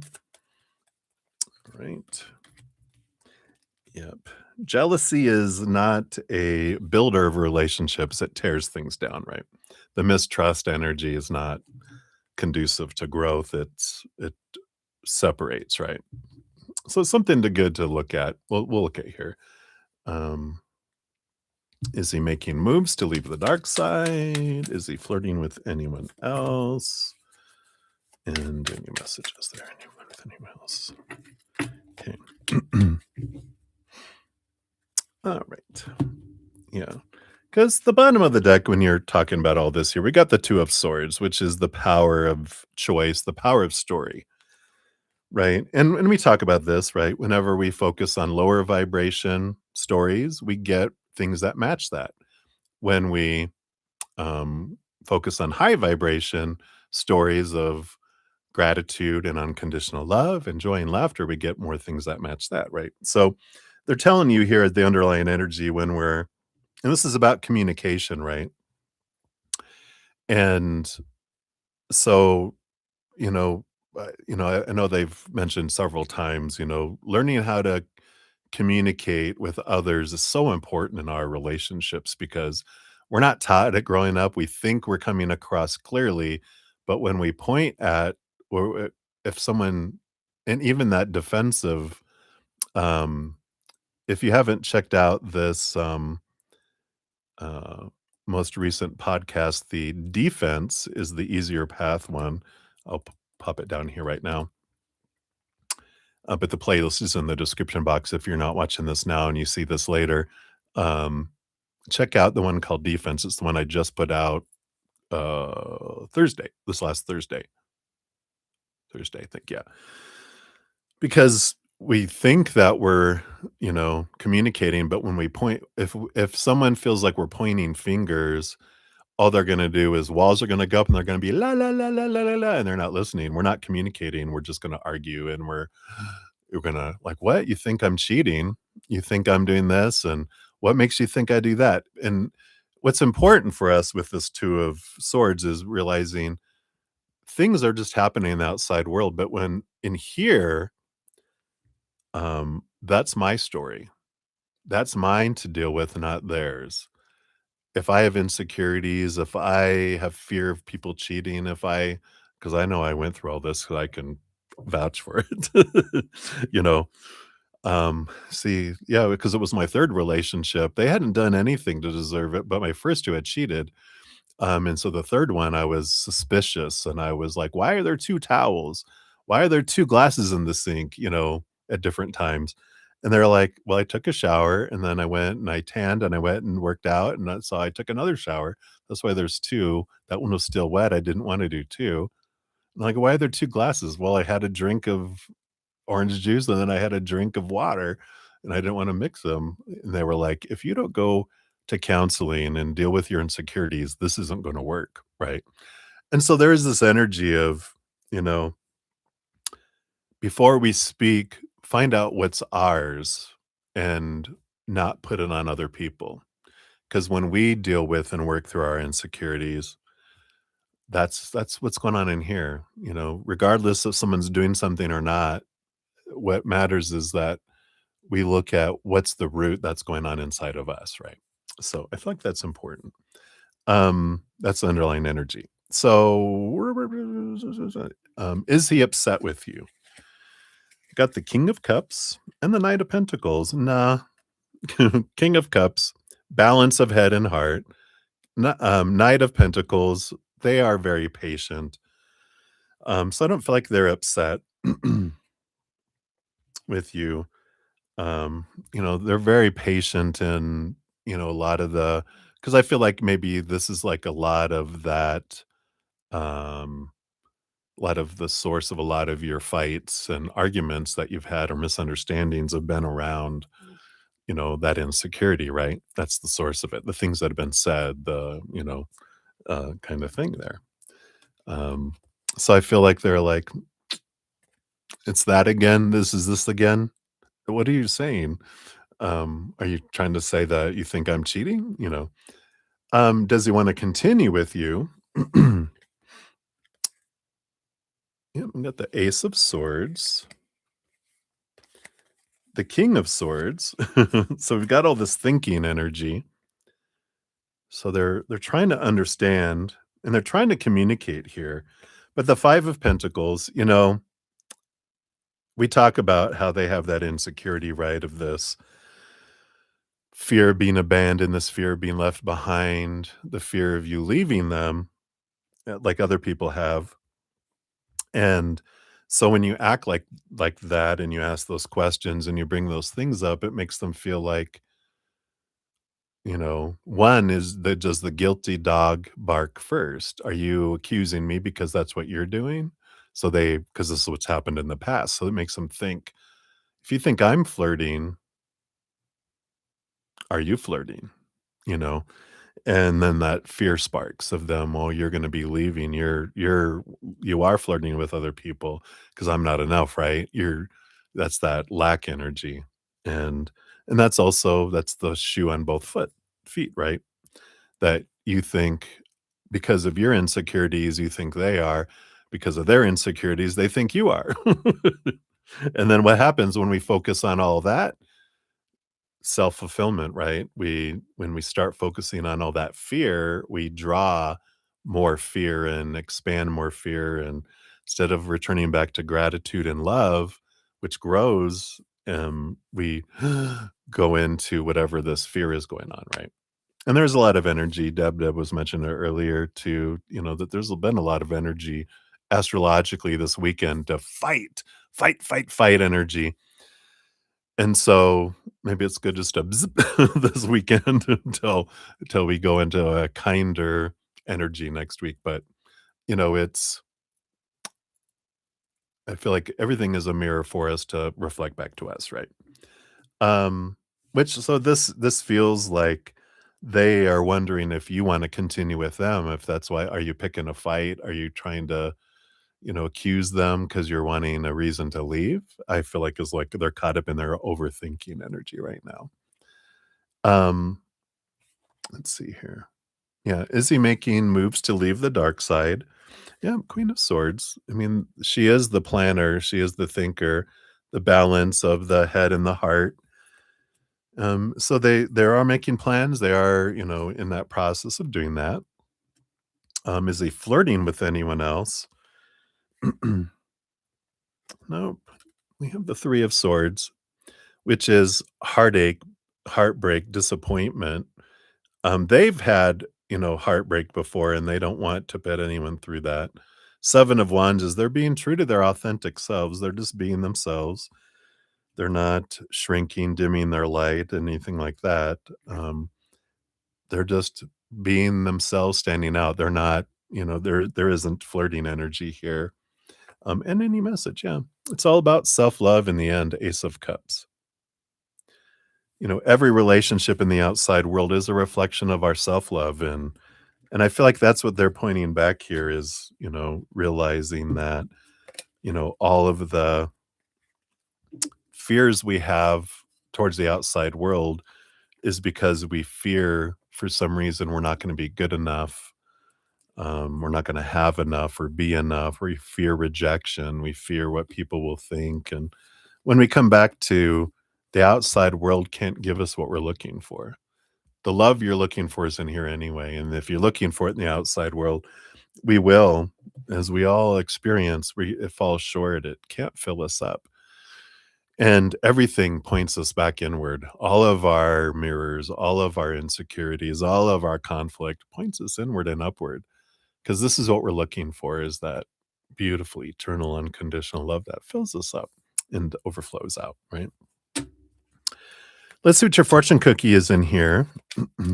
But you're gonna keep experiencing the same thing either with them or other people until we deal with it on the inside. I know 5 relationships dealing with my insecurities. Even though after 3rd one, I really started, I mean, because I went to counseling for a while and I understood my insecurities. I went back, mistrust of men all the way back into my childhood, and we found the core of it. Um, and then the rest of it was finding my self-respect and my self-worth in number 4 and number 5, and it was good. It's, good stuff. Alright. Your fortune cookie. Look at snowflakes. It says, "It is contrast that puts the eternalness in eternity." It says, "Your own valuable, personal, new desire is always born from contrast. That new desire is then heard and answered by source energy, the universe, thus the glorious expansion of the universe." And that is the contrast. I mean, you have the snowflake, which every snowflake is different. It's like fingerprints. They're all unique. And the reason we have conflict is because we all believe differently.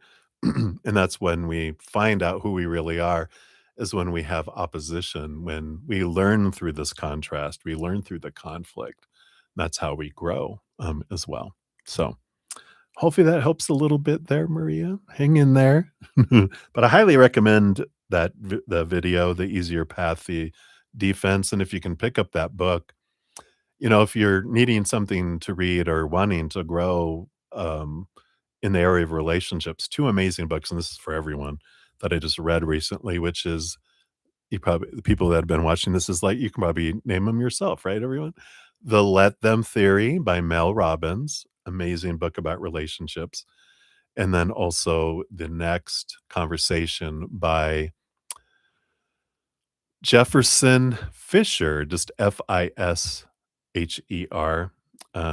and he's got a great Instagram channel too, with a lot of free advice. In fact, if you guys wanna get his newsletter, here is a link. I actually put it down here to tell everyone. So here's a good newsletter where he'll send once a week a, little update. He has a podcast too. So you can it's all that and all that's free. So if you want some free resources, those are free, but of course the books cost money. But great investment. I love them. So hopefully that helps. That is what they have for you, my dear. Hang in there. Thank you again for all of your donations. Appreciate those. All right.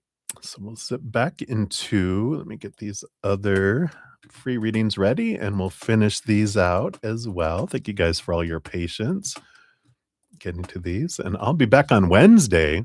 If you guys didn't hear, I'm actually um, I eliminated my Saturday morning session. Of course, I pushed the Sunday session to 5 p.m. But I added a Wednesday night session. So I'm on Wednesday through Sunday at 5 p.m. Mountain Time is when I start for all of those. Just all easy, Wednesday through Sunday. So just so you know. All right, let's jump in here. So Carmel Damon, you are up. Here is your timestamp. Let's bring back my cards over here that I moved. All right. Oops. All right. Having trouble. Hold on, Carmel. All right. We are set. So, DL's current feelings towards you. Does he miss you? When will he reach out to connect with you? All right.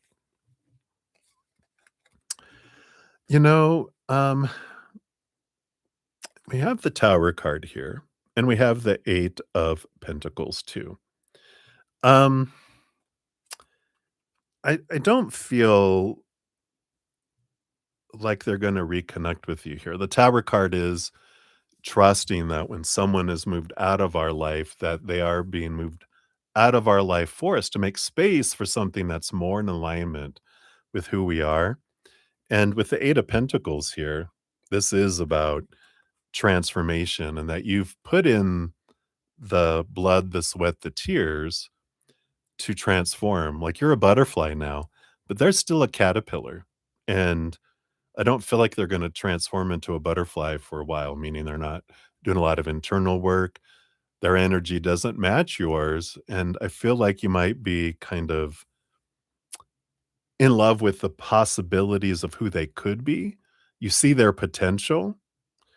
There's one of my podcasts is called The Unicorn.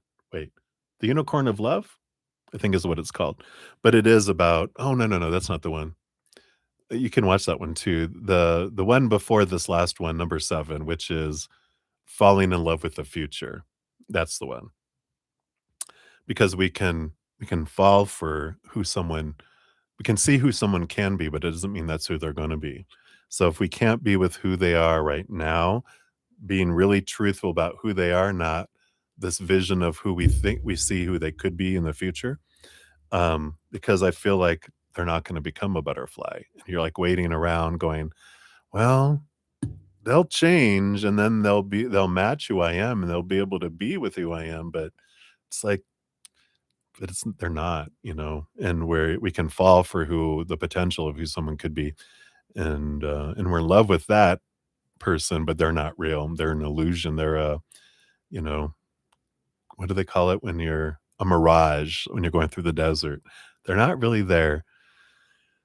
And I feel like they're being removed because there is a butterfly that matches your energy, and you don't have to shrink. You don't have to want them to be different. This other person is already compatible. You guys are already on the same energies. Some that will give like you give, communicate like you communicate, want the things that you want. And so I feel like they're saying here that they're not aligned with who you are. And when you're asking for their feelings towards you, they're like, it's caterpillar feelings. It's not deep, real feelings. I don't feel like I feel like they miss what you could give them, but they don't. When a caterpillar is with a butterfly, they look at it and go, kind of jealous of your wings and, "Ugh, I can't believe you flaunt those wings around." And they're like, "Well, you can do it too if you go into the, I don't wanna hear about that cocoon." and changing. I just want, I want you to carry me. I want you to fly me around, but you never see a butterfly flying around with a caterpillar because 'cause they're too heavy. Like, "No, you're too heavy to carry. I can't carry you. I don't even carry my leftover cocoon. I left that behind. I'm free now." And so I feel like that they won't reach out to connect with you, but I feel like it's for you that they're not. So, because I feel like there's a butterfly out there that already is who you'd like them to be. I mean, someone that's compatible, not a possibility of who someone could be. So hopefully that helps a little, Carmel. I know, but that's what they have, right? Many blessings. All right. Faith and love, you are up. Thank you again for your patience in getting to your reading here. So, what are C's current feelings and intentions towards you? Let's see what we got here. You got the King of Cups and the Seven of Wands. You know, current feelings here, you've got um the King of Cups, which is this energy, balance energy between head and heart. So it's like in those energies of very compatible energy here, you know, because the King of Cups and like the Queen of Swords, those are two of my cards that really are like, you know, I feel like we really mesh well, you know. Um, so that the feelings are like, wow, I feel like we're very compatible. And there's emotion there, and and there's mental connection there with that balancing energy. However, I know, no, shh, shh, shh. Like, what is that? No, no, no. Don't say it. Don't say it. But, however, the Seven of Wands tells me that they're in a place of, I need to be true to myself. I don't want to dim my light. I don't want to have to ask permission to shine. I don't want to change. I don't want to come off the hill. I want to be seen. I want to be up here, and I don't want anyone to cage me. It's like the lion being caged in her, because it reminds me of the sun card, which is Leo energy, which is, I always see this picture of a lion that doesn't want to be caged. I already escaped the zoo. You're not taking me back. And that's the fear they have underneath the surface of, you're compatible, but are you gonna try to change me? Um, well, that's not the question you asked, so I didn't, ask specifically about, an engagement, so we can maybe do that, we can specifically ask that another time, or if you wanna make a donation, we can dive into that too, but the energy of, like, their current feelings and intentions are, I don't want to have to change and be someone that I don't wanna be, and I feel like they see the compatibility, they see all this, but the Seven of Wands is this energy, that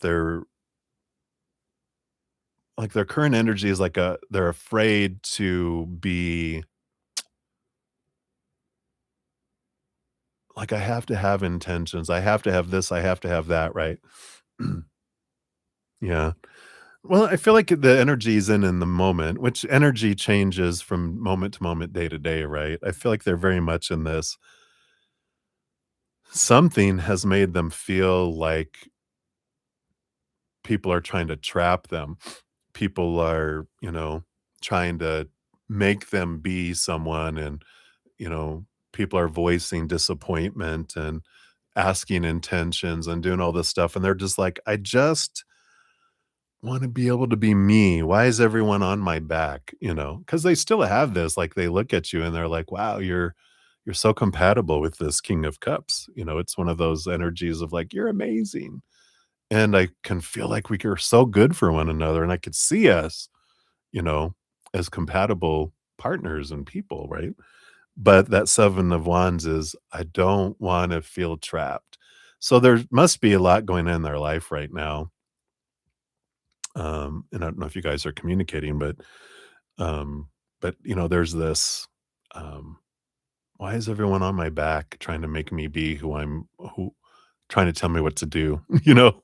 And I feel like they're in this real rebellious, and it can be the energy that's going on astrologically right now too. There's a lot of conflict energy, a lot of this, "Don't tell me what to do," and then I think there's some planets moving to Aquarius, which is the rebel.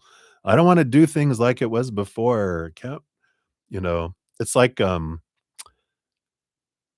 you ever seen the movie He's Just Not That Into You? I think that's the one with, I can't think of their names right now. I can see their pictures. She was on Friends, and then Ben Affleck. Now, because I was about to say a movie was an 8 Game. Ben Affleck and Jennifer Aniston. Thank you, Spirit. Like if they're in that movie, I think that's the name of it. But it's all about all these different types of relationships. People wanting to get married, people this, and they've got a great relationship, but Jennifer Aniston starts to, yeah, thank you, starts to question their um relationship because they're not married, and she ends up asking him to leave, and there are a couple in, okay, thank you, Gene. So I like that movie. Maybe watch that movie.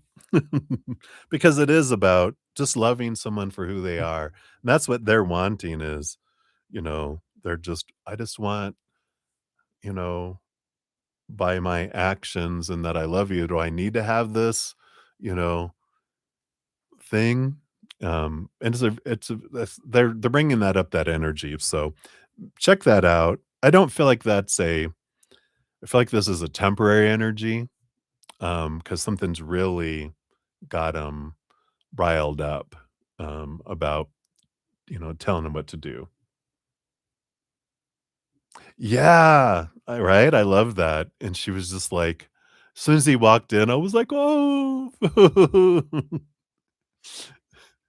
She was just like, "Oh," and I'm not gonna if you haven't seen it, I'm not gonna do a spoiler alert, but watch the movie if you want faith and love.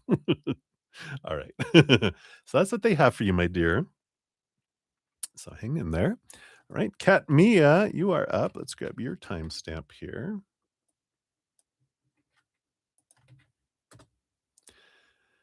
So, is the idea of First OS the right path for you, or is there something else that will get you the results you want? All right, let's take a look here. So, based on current energies, you got the Two of Swords and the King of Pentacles.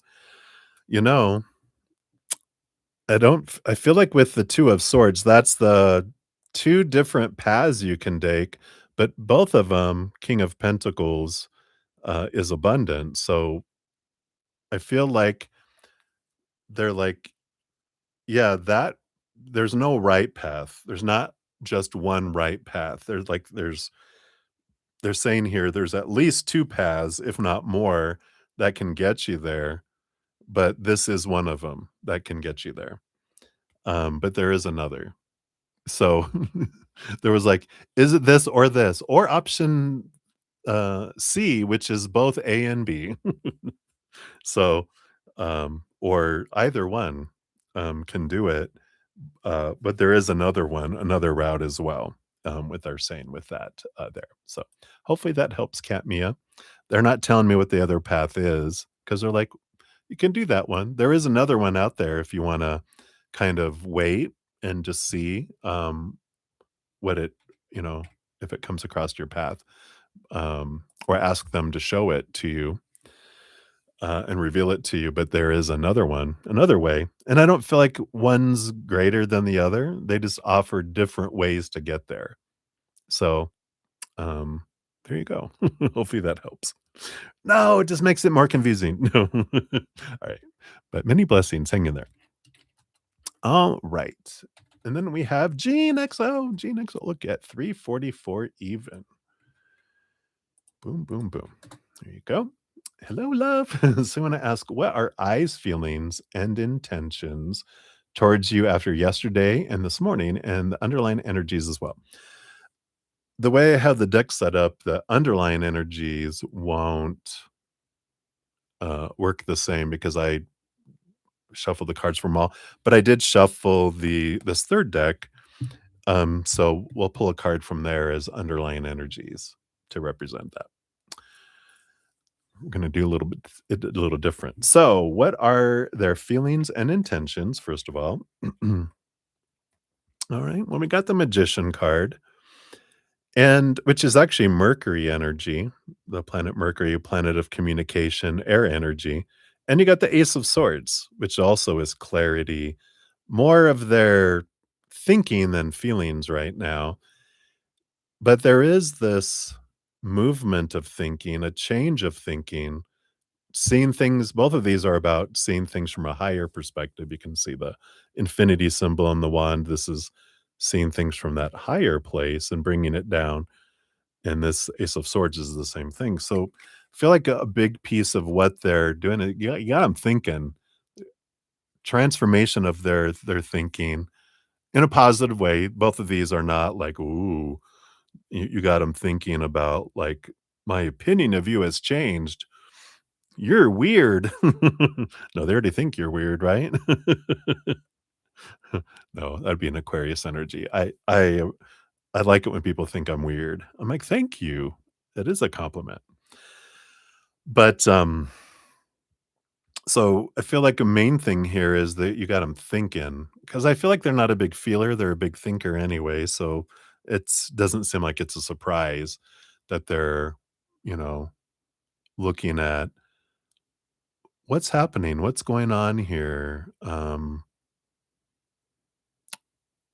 You're they're such a geek too, because I hear, um, "You weren't the droid I was looking for, but you're better. You're better than what I thought I was looking for. You're even a better," it's like, "Oh, this is, kinda there." Oh,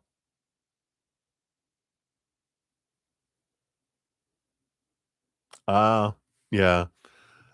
That makes sense 'cause it is about their energy with, the magician too, the magic, right? And so you do have them thinking a lot about that. You're big nerds. Um, underlying energies, okay.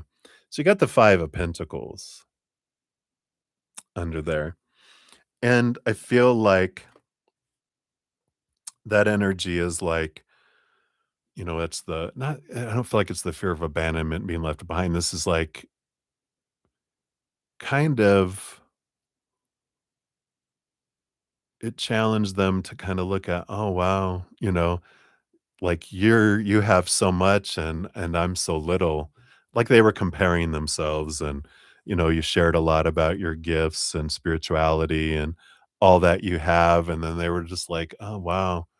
I'm so far behind," or, "I haven't even done any of that," and, "Wow, like, you're all that, and I'm like a newbie," you know, and, um, we can start talking about everything that we are and we've done, and it didn't ruin everything.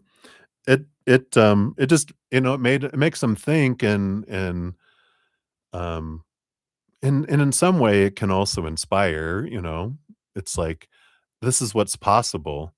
And that was your intention, is to go, "Look what's possible. Look at this spirit world. Oh my god," "We can do this," and, if we make it, "I can do this, I can do that, I can do that," then it starts sounding like, "Look at how good and amazing I am," and we don't intend for them to be like, um, this energy of, you know, less than. And that's not your intention, through all that. So it's inspiring, but it also kind of, you want to know the underlying energy. It can be kind of defeating a little bit when um it's like what they're showing in my head is like a high school student winning a track meet and going, "Oh, that's great, that um the Olympics, yeah, I won 5 gold medals, so look what's possible." And they're like, "Man," you know? But you're like, "No, no, look, this is what you can achieve," you know?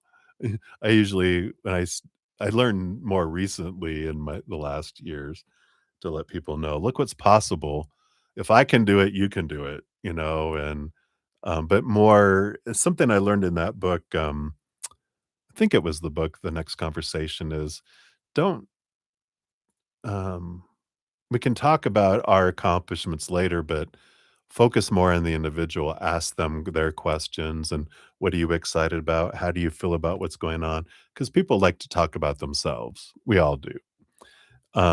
But to like increase communication, it's like, um, and it's a great book if you have a chance to read it. The Next Conversation by I mentioned already, Jefferson Fisher. Yeah, great one just about how to communicate more and argue less or have more, um, productive conversations, and it's so true because we tend to want to relate to other people, like someone tells us something and we're like, "Oh, I had that happen to me too," and da da da da da da, and our our intention is to, like, be able to to talk here, right? Yeah, and, do this um, and to relate by saying, "Oh, I had that happen to me too," but we don't realize that we're diminishing other people's experiences by talking all about ours. It's about asking questions. That's all about the book is we start asking questions about and I've been conscious of that, been trying to be more conscious of that because I realize when someone says something, I'm like, "Oh, I have that too," and I have this little Arnold Horshack, "Ooh, ooh, ooh, ooh," picture in my head, "Ooh, ooh, ooh, ooh, ooh, I wanna share mine too." Instead, I'm like, "Let me ask them more about their experiences." That helps draw them out, and when we learn more about the other person too, um, which is a wonderful thing, but, um, all that said, not to make you feel bad or anything, because it's not meant that, it's because you asked. Um, and it's good awareness, and it's like, "Okay," and they have been having trouble connecting with their clair abilities, and, so instead, and especially if you talk about, "This is how I developed it, and this is how" "it took time for me to do this," and, learning to turn down the fear noise 'cause it's hard to hear and connect with our higher abilities when we got all this noise, because they whisper, and like the example I use, we're in the middle of a loud bar, the music at its highest amount, we're, like, trying to hear. I'm going, "I see your lips moving, but I don't hear nothing," you know? And it's like, "Okay, so how we connect more to our abilities is not to try to have more abilities, because we can get caught up in that too, especially if we're defining our worth, which the 5 of Pentacles, defining our worth by, these things. It's more just, turning down the fear noise, turning up our love, and self-love is what connects us to the higher realms. The more it's not about we're broken. It's more about burning away the things that are not us so that we have a clearer view of who we are. And that's what opens up our abilities. Remembering who we really are, not caught up in who we are told that we're, you know, supposed to be and all that fun stuff. But hopefully that helps, Gene. Sorry, I went off on a spiritual trail, little bunny foo foo hopping down the bunny trail. But hopefully that helps. Right. Much love. Hang in there. All right, Olivier Vagara, you are up. Hello, hello. Whoops, whoops, oops, double oops. All right, there we go. Here is your timestamp. And you wanted to ask here, what is keeping you behind from improving? All right. So let's take a look here. Yeah. So I feel here we've got this strength card here. And, you know, what I feel here, and it's kind of what I kind of just mentioned a little bit, is what they're bringing in here, because you don't need to improve. What? Yeah, you don't need to improve. The strength card, because this is your higher self here, the perfect being that you are with the infinity symbol. This is the human experience. And you came down here with the Seven of Cups to experience all sorts of emotions, lower vibrational to higher vibrational. When we think that we need to improve, that tells us that I feel like I'm not enough. I feel like I'm um, broken, or things aren't happening the way they're supposed to be and should be and need to be, right? And so the strength card is, remember who you really are. We're these powerful, supernatural, eternal spirit beings made of unconditional love. We're a perfect mountain, right? We come down here as humans to experience who we're not, to remember who we are, and then to see that difference, to see the contrast, to experience it all. We experience sadness, we understand what happiness is. We experience lack, we understand what gratitude is. We experience anger, we understand what peace is more clearly. And so we're experiencing all this, and so I have this little sticky note that I took off of my computers. It's my notebook right now, but I just looked at it earlier today because I was sorting through this big stack of paper, and I'm like, "Oh, that's right." Um, it's not, I'm not broken. I'm just burning away the pieces that are not me. And so we can look at it as, what's keeping me from improving my awareness of who I really am is that I still have things to burn away, old beliefs that don't serve me, limiting thoughts and beliefs and mindsets, limiting emotional experiences, energies, things in my world, and I can continue to burn those away, and then my sight becomes clearer and clearer, but I'm not changing. I'm just able to see myself more clearly as I remove these things. But I don't need to improve who I am. I'm just burning away those things I took on that aren't me, that have been standing in the way between me and remembering who I really am. And so the more I question my fears and these things that I feel are lacking, in those things is how I discover the beliefs that are blinding me to who I really am. Those limiting thoughts and beliefs, expectations, right? So as we understand our why, we understand our drive. So wherever you feel where you need improvement, that will show you where there's a belief of lack, a belief of less than, that's there. So hopefully that helps a little bit there, Olivier. So many blessings to you. All right. And then we have Indigenous. Hello, hello. Thank you again for your donations earlier. Here is your free reading. Put free there. Anyone had 3 cards flipped. Let's see what we got here. So we've got the 6 of swords. We've got the page of cups, and then we're going to pull from this one too. And you got the page of swords. So you got these pages. So, the 6 of swords, I think you got this in your other reading too, which is leaving behind old mindsets that don't serve us anymore, seeing things from a higher perspective, which allows you, with this change of mindset, it brings change in your outside world. It brings movement because it starts as a thought and then you move in here.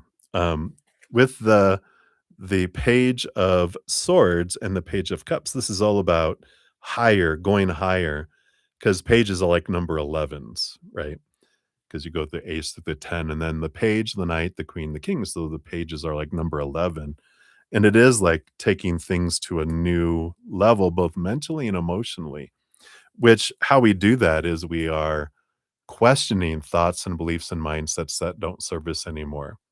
Things that helped us survive, fears, and, this kind of construct of all these thoughts that were formed from emotions. Like we either got punished and we felt low and I don't want to feel this way ever again, our mind created a construct of ways to have that never happen again. And then we had praise and pleasure and like, I want that to happen again. And then our mind created this myriad of, okay, all this has to happen in order to feel that way again. And then we have more and more. And then there's this big cage of all these rules that the mind created to help the heart experience the emotions at once. But doesn't mean that it's right. It's like a baby gate.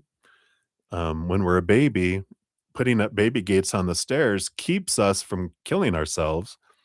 But when we're older and we're teenagers or young adults or adults, the these baby gates that aren't needed anymore actually are obstacles, and we end up tripping over them, almost dying, breaking our neck, falling down the stairs because we tripped over the baby gate when we try to open it up, and so it's like it's time to remove the baby gates. It's these things that were created to keep us safe aren't needed anymore because we can keep ourselves safe.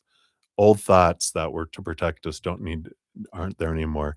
Old emotions, that emotional beliefs and emotions that we were holding on to out of fear, we realize that they weren't, um, the emotions we felt weren't, they were okay for the time. They represented what we felt at the time, but we're not that anymore. We've learned, we've grown. I don't need to hold on to those anymore. I get to let these go. I still have the experience that I hold within me, but I don't need to have those charged emotions of fear. I don't have to have these thoughts of fear. I don't need those anymore. I'm stronger. I'm more powerful than I've ever been. So I don't need those anymore. So I feel like that's what they want you to know right now with those cards. They're indigenous. Hopefully that helps. So many blessings to you. Let me do one final little check here. I don't think I have any more donations and any more free readings. I think that be it for this evening. So thank you guys for all your patience in getting to your readings. If you haven't entered the drawing for my giveaways that I have on new moons and full moons, this one I just posted in the chat is for the new moon drawing coming up on next Sunday, a week from today. And I have a drawing where I give away a 30-minute personal recorded reading or one of my energetic hedges.